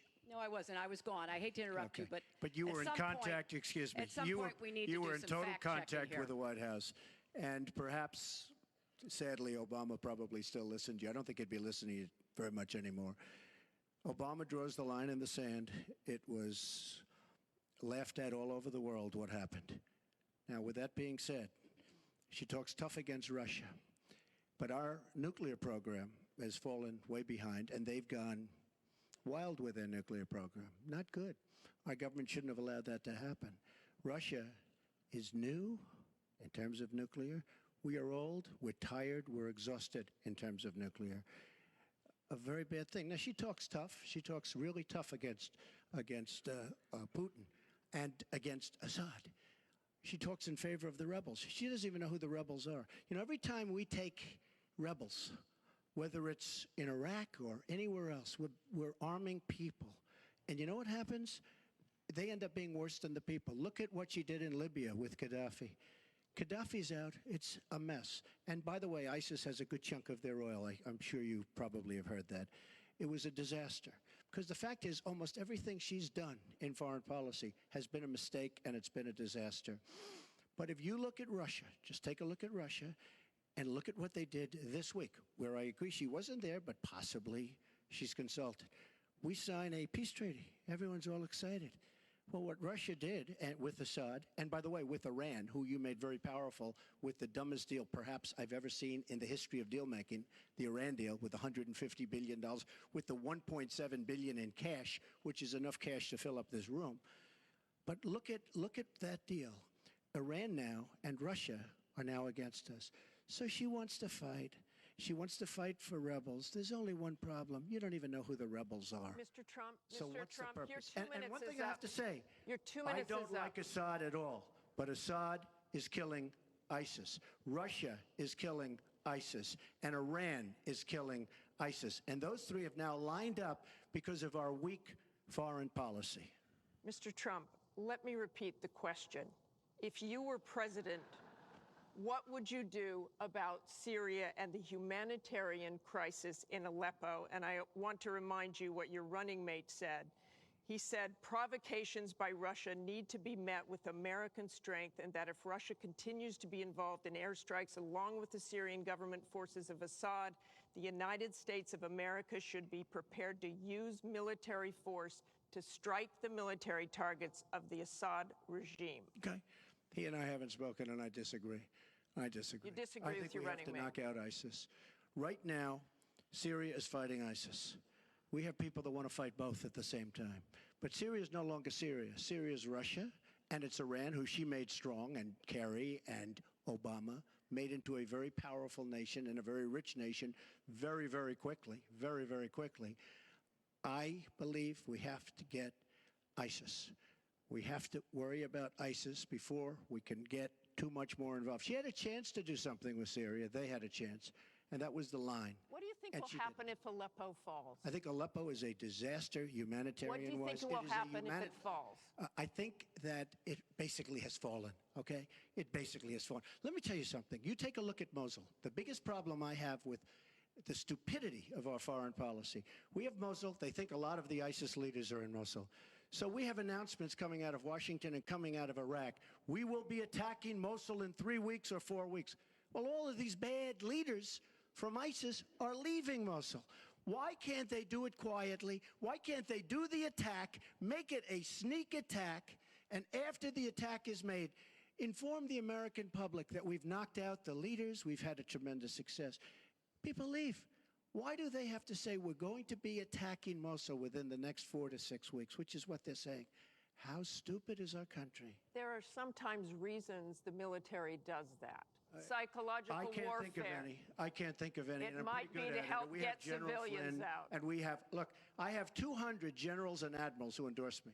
I have 21 Congressional Medal of Honor recipients who endorse me. We talk about it all the time. They understand. Why can't they do something secretively where they go in and they knock out the leadership? Why would these people stay there? I've been reading now Tell for me weeks. what your Martha, I've been reading strategy now is. for weeks about Mosul, that it's the harbor of where, between Raqqa and Mosul. This is where they think the ISIS leaders are. Why would they be staying? They're not staying there anymore. They're gone.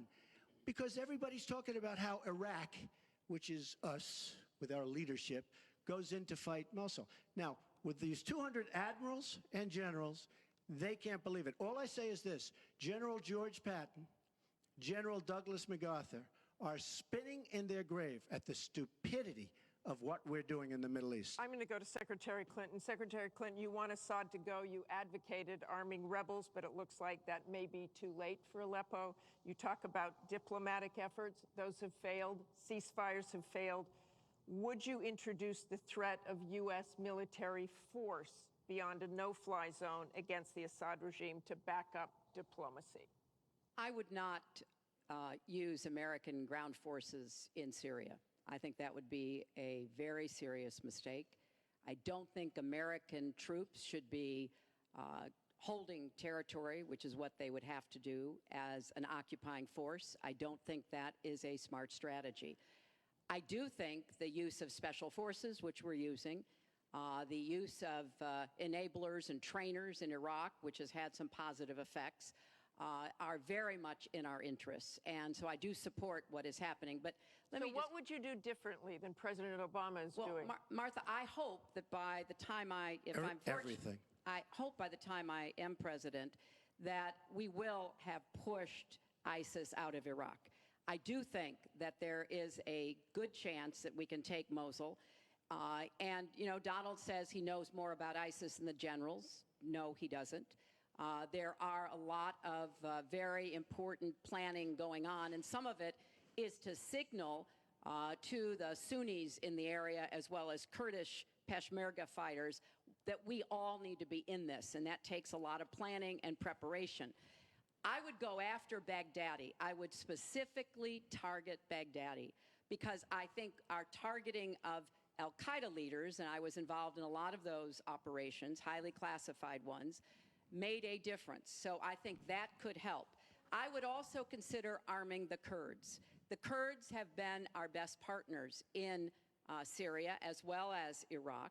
And I know there's a lot of concern about that in some circles, but I think they should have the equipment they need so that Kurdish and Arab fighters on the ground are the principal way that we take Raqqa after pushing ISIS out of Iraq. Thank you very much. We're going to move It's on. funny, she went over a minute over, and you don't stop her. When I go 1 second over, it's like You a had big deal. many answers. It's really very interesting. We've got a question over here from James Carter. Mr. Carter?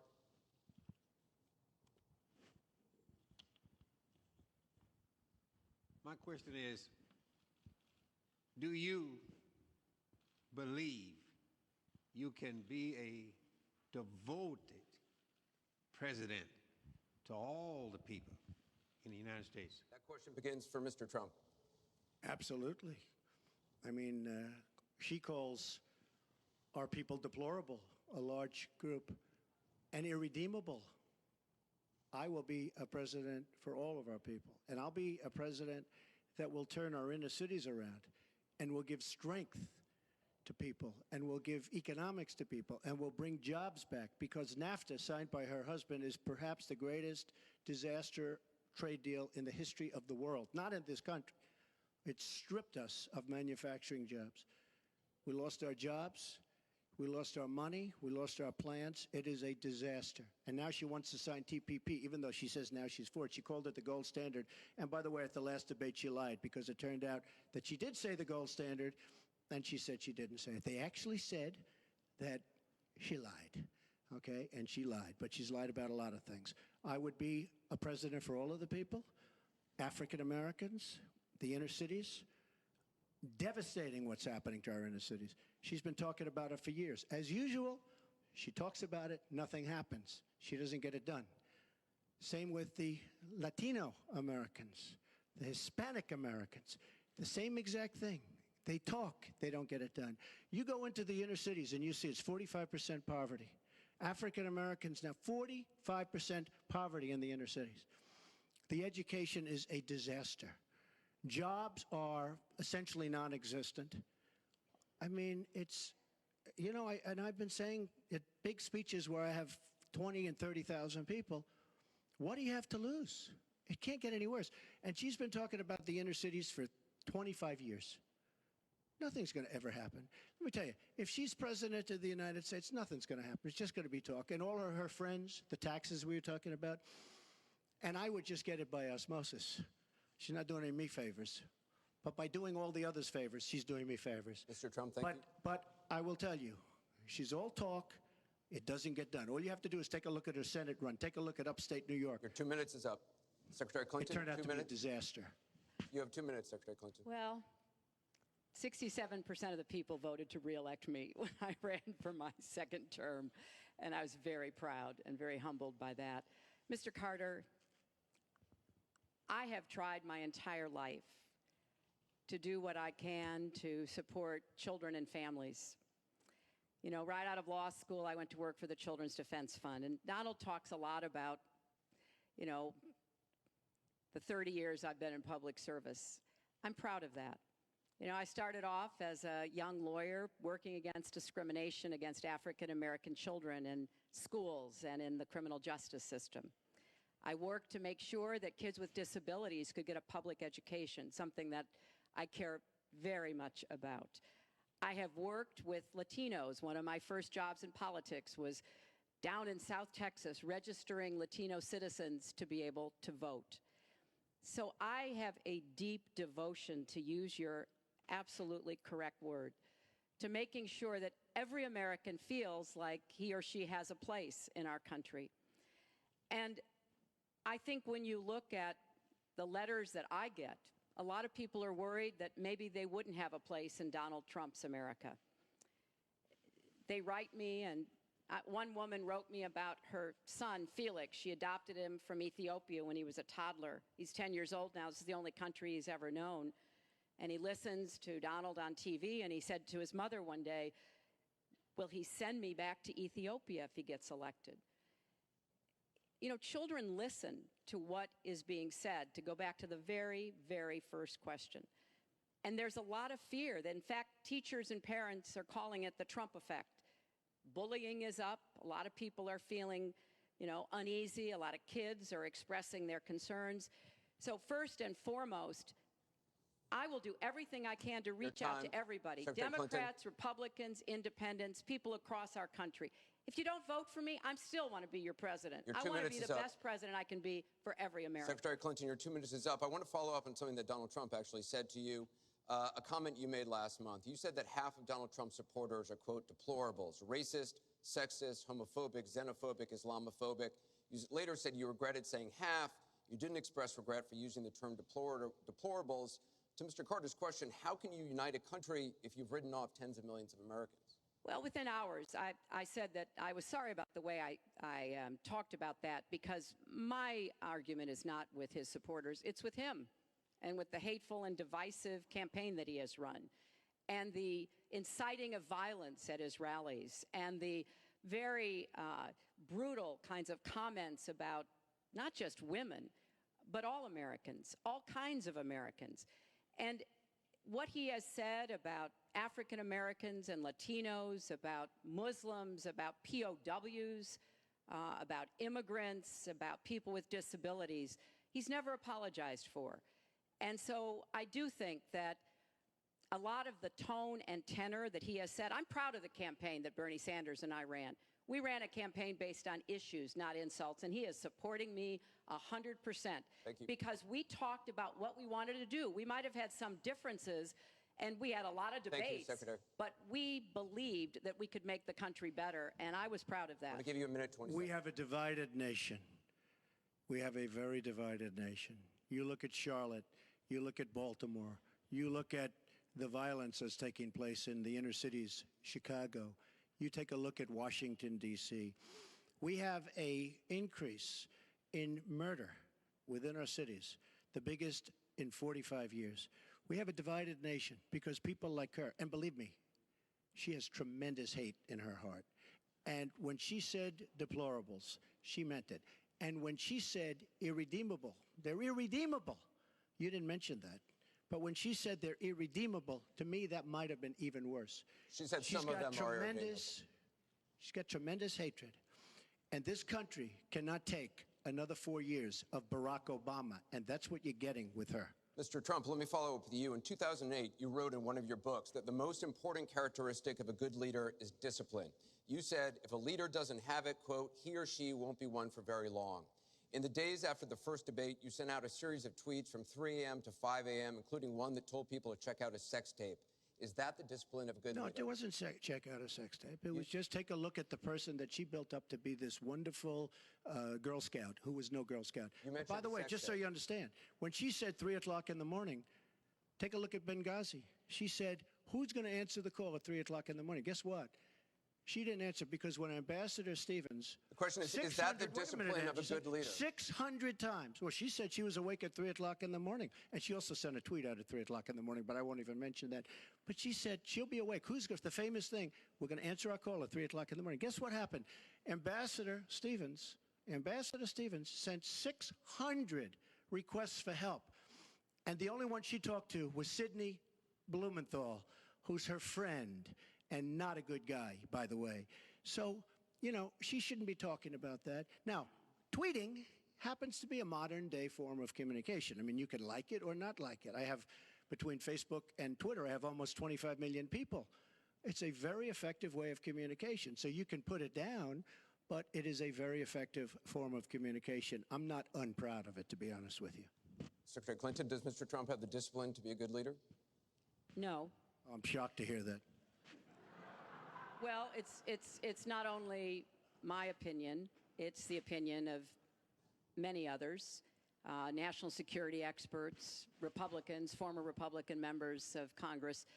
But it's in part because those of us who have had the great privilege of seeing this job up close and know how difficult it is, and it's not just because I watched my husband take a $300 billion deficit and turn it into a $200 billion surplus, and 23 million new jobs were created, and incomes went up for everybody. Everybody. African American incomes went up 33%. And it's not just because I worked with George W. Bush after 9/11, and I was very proud that when I told him what the city needed, what we needed to recover, he said, "You've got it," and he never wavered. He stuck with me. And I have worked, and I admire President Obama. He inherited the worst financial crisis since the Great Depression. That was a terrible time for our country. We have to move along. 9 million people lost Secretary.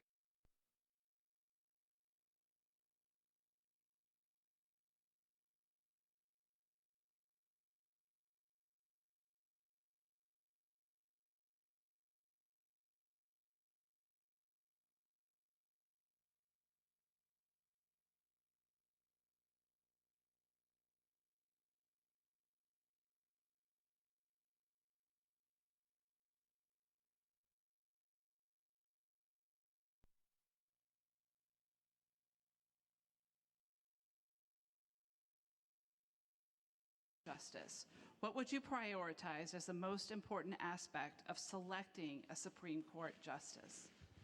We begin with your 2 minutes, Secretary Clinton. Thank you. Well, you're right. This is one of the most important issues in this election.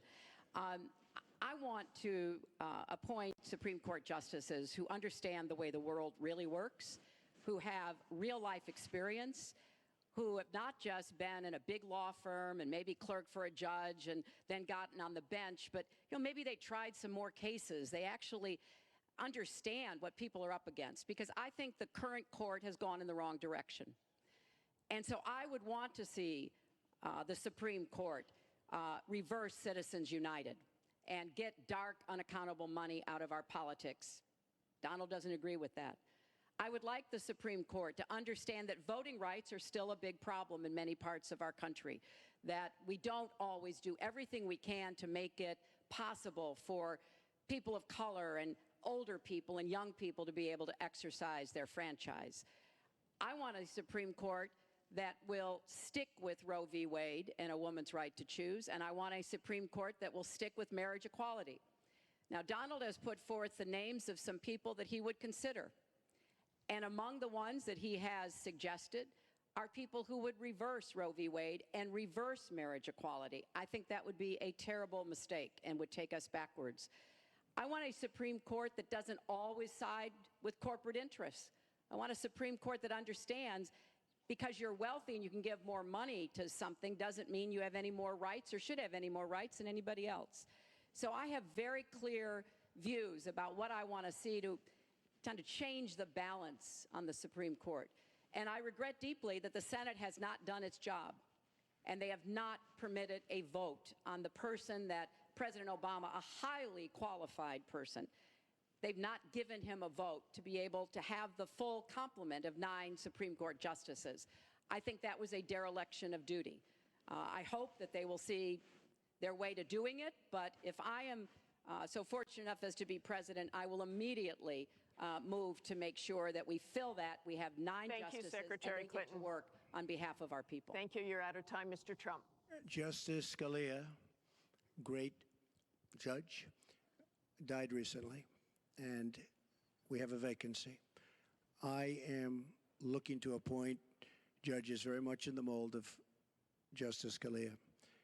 I'm looking for judges, and I've actually picked 20 of them, so that people would see, highly respected, highly thought of, and actually very beautifully reviewed by just about everybody, but people that will respect the Constitution of the United States. And I think that this is so important. Also, the Second Amendment, which is totally under siege by people like Hillary Clinton. They'll respect the Second Amendment and what it stands for, what it represents. So important to me. Now, Hillary mentioned something about contributions, just so you understand. So I will have, in my race, more than $100 million put in of my money, meaning I'm not taking all of this big money from all of these different corporations like she's doing. What I ask is this. So I'm putting in more than, by the time it's finished, I'll have more than $100 million invested. Pretty much self-funding mine. We're raising money for the Republican Party, and we're doing tremendously on the small donation, $61 average or so. I asked Hillary, why doesn't she make $250 million by being in office? She used the power of her office to make a lot of money. Why isn't she funding, not for $100 million, but why don't you put 10 or 20 or 25 or $30 million into your own campaign? It's $30 million less for special interests that will tell you exactly what to do. And it would really, I think, be a nice sign to the American public. Why aren't you putting some money in? You have a lot of it. You've made a lot of it because of the fact that you've been in office. You made a lot of it while you were Secretary of State, actually. So why aren't you putting money into your own campaign? I'm just curious. Well, thank you very much. Thank you. We're going to get on to one more question. But the question was about the Supreme Court, and I just want to quickly say, very quickly, I respect the Second Amendment, but I believe there should be comprehensive background checks, and we should close the gun show loophole and close the online loophole. We have one more question, as many Mrs. lives Clinton. as we possibly can. We have one more question from Ken Bone about energy policy. Ken? What steps will your energy policy take to meet our energy needs, while at the same time remaining environmentally friendly and minimizing job loss for fossil power plant workers? Mr. Trump, 2 minutes. Absolutely. I think it's such a great question because energy is under siege by the Obama administration, under absolute siege. The EPA, Environmental Protection Agency, is killing these energy companies. And foreign companies are now coming in, buying so many of our different plants, and then rejiggering the plant so that they can take care of their oil. We are killing, absolutely killing, our energy business in this country. Now, I'm all for alternative forms of energy, including wind, including solar, etc. But we need much more than wind and solar. And you look at our miners. Hillary Clinton wants to put all the miners out of business. There is a thing called clean coal. Coal will last for 1,000 years in this country. Now we have natural gas and so many other things because of technology. We have we have found over the last 7 years, we have found tremendous wealth right under our feet. So good, especially when you have $20 trillion in debt. I will bring our energy companies back. They'll be able to compete. They'll make money. They'll pay off our national debt. They'll pay off our tremendous budget deficits, which are tremendous. But we are putting our energy companies out of business. We have to bring back our workers. You take a look at what's happening to steel and the cost of steel, and China dumping vast amounts of steel all over the United States, which essentially is killing our steel workers and our steel companies. We have to guard our energy companies. We have to make it possible. The EPA is so restrictive that they are putting our energy companies out of business. And all you have to do is go to a great place like West Virginia or places like Ohio, which is phenomenal, or places like Pennsylvania, and you see what they're doing to the people, miners and others in the energy business. It's a disgrace. Your time is up. Thank you, it's sir. An absolute disgrace. Secretary Clinton, 2 minutes. Well, that was very interesting. First of all, China is illegally dumping steel in the United States, and Donald Trump is buying it to build his buildings, putting steel workers and American steel plants out of business. That's something that I fought against as a senator, and that I would have a trade prosecutor to make sure that we don't get taken advantage of by China on steel or anything else. You know, because it sounds like you're in the business or you're aware of people in the business, you know that we are now, for the first time ever, energy independent. We are not dependent upon the Middle East, but the Middle East still controls a lot of the prices. So the price of oil has been way down, and that has had a damaging effect on a lot of the oil companies, right? We are, however, producing a lot of natural gas, which serves as a bridge to more renewable fuels, and I think that's an important transition. We've got to remain energy independent. It gives us much more power and freedom than to be worried about what goes on in the Middle East. We have enough worries over there without having to worry about that. So I have a comprehensive energy policy, but it really does include fighting climate change because I think that is a serious problem. And I support moving toward more clean, renewable energy as quickly as we can because I think we can be the 21st century clean energy superpower and create millions of new jobs and businesses.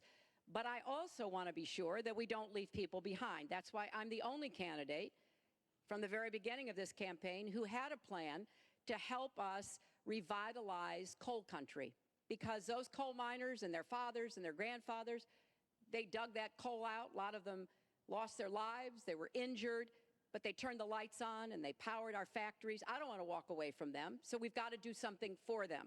But the price of coal is down worldwide. So we have to look at this comprehensively, and that's exactly what I have proposed. I hope you will go to HillaryClinton.com and look at my entire policy. One more audience question. We've sneaked in one more question, and it comes from Carl Becker.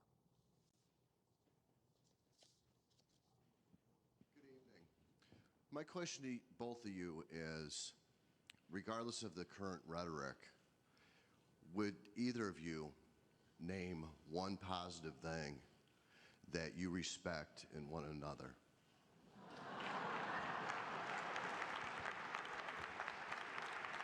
Mr. Trump, would you like to go first?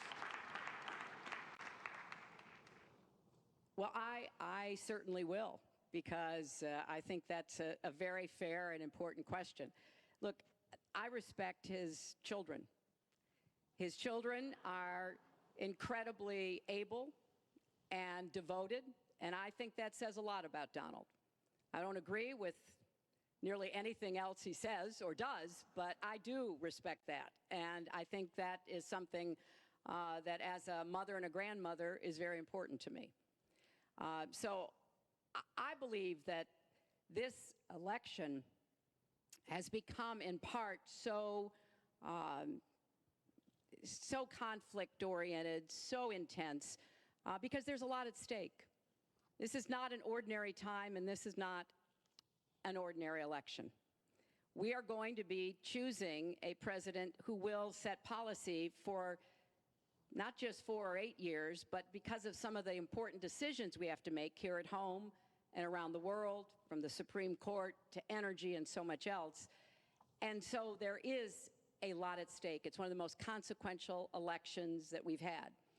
And that's why I've tried to put forth specific policies and plans, trying to get it off of the personal and put it on to what it is I want to do as president.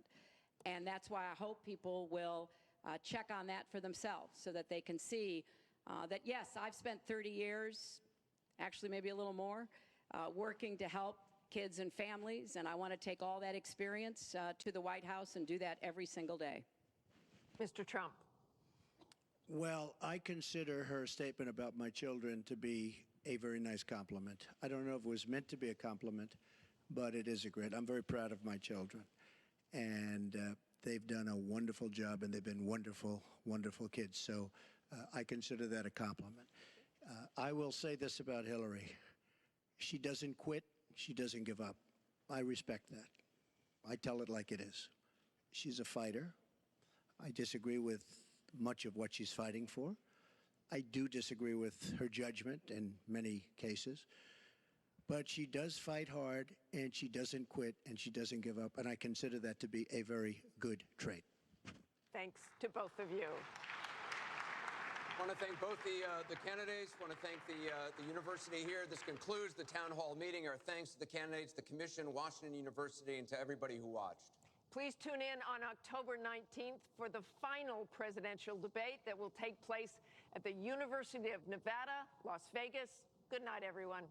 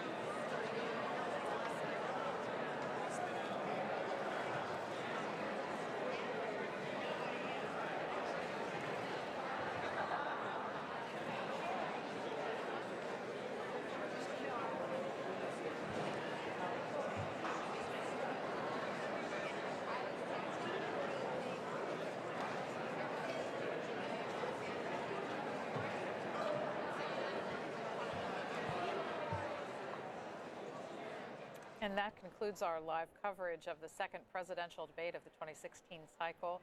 And this one will probably be going into history books for the amount of personal invective between the two candidates. So we're so interested in hearing what you think about tonight's debate, whether or not it moved the needle for you in making your decision towards who you will vote for, and what you thought some of the highlights and the low points of this debate were. Call us and let us know about that.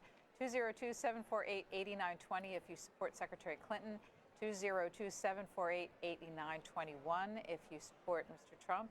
And if you are still undecided or supporting someone else and have a comment to make, our number is 202-748-8922.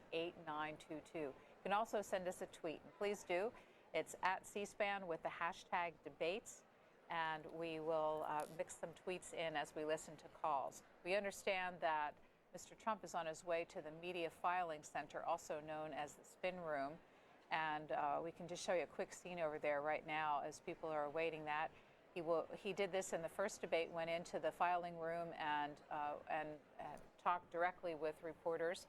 And we're anticipating he's going to do that again, and we'll listen in to hear his perspective on how things went tonight. But until that happens, Peter Slynn, what have you found for us? Well, looking at some of the official tweets, and as you can imagine, a lot of people were live tweeting this 94-minute debate. Kellyanne Conway, campaign manager for Donald Trump, her last two tweets.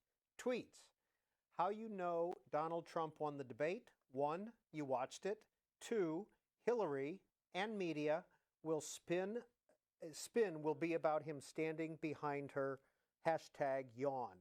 And her second to the last tweet is, after a decent first debate, Hillary Clinton is back to form, pedantic, lawyerly, technocratic, woefully untruthful responses.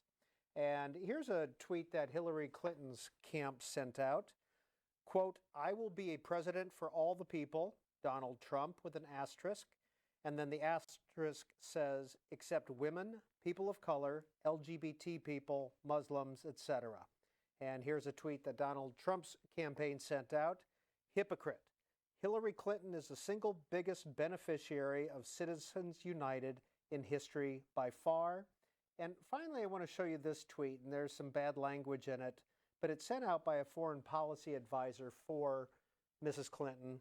Hey, Donald Trump, regarding your claim that Captain Khan would be alive if you were the president, go F yourself. Jesse Larrick is a foreign policy advisor for Hillary Clinton. And let's mix some telephone calls here. Gwendolyn is in Morehead City, North Carolina, supporting Donald Trump. Hello. Gwendolyn, what is your reaction to tonight's debate? Oh, well, I have to say, first of all, that Ms. Clinton has proved that she's all talk and no action, except for fundraising. I think Trump is very down to earth with his thoughts and his views. I think the United States needs his expertise, not more political correctness. We can't stand 4 more years of what we've had, which is what we would have to put up with if we chose Hillary. Very bad choice. That's my statement. Next up is Monet in Auburn, Washington, supporting Secretary Clinton. That's me. You're on. Welcome. Hi, thank you for taking my call. I just want to say that I am so proud of my girl, Hillary. I mean, she took it to him. She was cool, calm, composed. She nailed him to the cross. And I just want to say that, I did not appreciate Donald Trump walking around her, intimidating her. You're darn right, Kelly Conway. It was foul. He shouldn't have done that. And then I was wondering if Trump should see a doctor about those nipples he seems to have around the debate time. What's going on there? So rock on, Hillary. We got you here in Seattle. We got you. Scotty is in Logan, West Virginia on our other line. You have the candidate? Yes, sir. Ma'am, first of all, I just made up my mind tonight. Donald Trump's going to be who I'm going to vote for and campaign for and represent, because the man told it right. Hillary Clinton just got on national TV and lied about the coal mining jobs here in West Virginia. She'd come down here, we wouldn't even let her in Logan County because she said she was going to cut down all the mines, shut them down, and we have the technology now for clean coal. We have the technology to turn coal into gasoline. We have so much technology now and so much gas and oil right here in West Virginia that this country could run over 500 years on it. Get us out of debt, get our country back in shape. And with Hillary Clinton, it would be the same old that Barack Obama has done with the EPA and put all these miners in Ohio, Kentucky, Pennsylvania out of jobs, out of work, and created this vacuum of nothing but violence and drug selling and stuff like that. We need a wall to stop all the drugs from coming across into this country, all the heroin and stuff. Thank you, Scotty. Let me jump into that point. And someone calling themselves Trump's disciple on Twitter says, Bill Clinton laughed at cold people. She will too. And that is a tweet from one of our viewers tonight. And we're asking for you to tweet in using @CSPAN and #debates. Next up is Walter in Monroe Township, New Jersey on our other line. Hey, Walter, what did you think of tonight's debate? Do you have a candidate now? Yes, I do, actually. I'm leaning toward Trump, actually, because of the comments. I think this campaign has become overly nasty. It's unnecessary. Stick to the facts. You know, this character bashing is just dividing us even further. And it's very disturbing. You know, this thing about that locker room talk, yeah, that was very disturbing to me too. And yesterday I said I would never cast a vote for him because of that. But in retrospect, I've been thinking more and more about it. And in fact, Jimmy Carter even had lust in his heart, you know, by his own admission. So, you know, I think I'm still going to go for Trump. Okay, thanks for calling in tonight, Walter, from Monroe Township, New Jersey. Next up is Ernest, who is watching us in Santa Rosa, California, and you are a supporter of Mr. Trump. How did your candidate do tonight? I really liked the fact that Trump was in command of himself and knew the facts, and I liked the way he went after Hillary and Obamacare. I have a son that is perfectly healthy, and the Obamacare, they fined him like $450 one year for not having it, and then the second year it's like $2,000. And young people don't need that. It's us old guys. I'm 73 years old, and I certainly need health insurance, but I have the Medicare. But I thought Donald Trump was forceful. He shows great signs of leadership, and I like him, and I'm going to vote for him. Thank you. Thanks, Ernest. Next up is Steve, and Steve is in Lafayette Hill, Pennsylvania, a supporter of Secretary Clinton. How did your candidate do tonight, Steve? Hi, I think Senator Clinton did fantastic. Donald Trump doesn't pay taxes. He doesn't know what the inner cities are. He couldn't even fathom that. He's too busy in Trump Tower eating off gold plates. It's absolutely ridiculous. And the man doesn't know about Aleppo, about humanitarian aid. I think Hillary Clinton was on point. She answered questions, and she didn't give in to Donald Trump's crazy attitude, into his nonsense. Students benefit from the Affordable Care Act. I'm 25. I don't know what I would do without it. That man who was just talking, I'm a young person. I need the Affordable Care Act. I need health insurance. I have medical conditions. It's absolutely absurd to say such things. I'm voting for Senator Clinton, and I think any sane, intelligent American should as well. Okay, thank you, Steve. Lafayette Hill, Pennsylvania. Back to my colleague, Peter Slyn. The official tweets from the running mates. Here's Senator Tim Kaine. No question who won tonight. Donald focused on Hillary. Hillary focused on the American people. And this is Mike Pence's tweet. Congrats to my running mate at The Real Donald Trump on a big debate win. Proud to stand with you as we hashtag Make America Great Again. Susan, I also want to show you some of the national newspaper headlines that have come out already on this debate. And here's the New York Times. Trump and Clinton wage a nasty fight from first to last. The Wall Street Journal says debate bristles with unprecedented rancor. And finally, the Washington Post. Clinton-Trump battle bitterly in St. Louis. And back to Twitter for us for comments from the audience. Here's one from Blue Honey who writes, Trump has a lot of nerve talking about Chinese steel putting American workers out of jobs. And back to phone calls. Alex is in Kathleen, Georgia, a Trump supporter. You're on. Yes, I am. I support Trump 100%. I am Spanish, and I think that his ideas to make a great American back, that is great. Because years ago, I could hardly wait to support Hillary, to be honest, Because, I voted years ago for her husband, Clinton, and I was happy of my decision. From then on, I could not be happy of my choices because now was not a choice.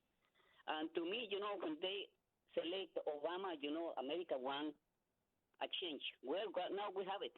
No 4 years, but two consecutive times. So it's time for America to wake up, and it's time for us to choose the right person. Thank you, Alex from Georgia. On Twitter, Che asked the question, do we really need a third debate? Next up is Martha calling us in Otmore, Alabama. Clinton supporter, you are on the air. Welcome.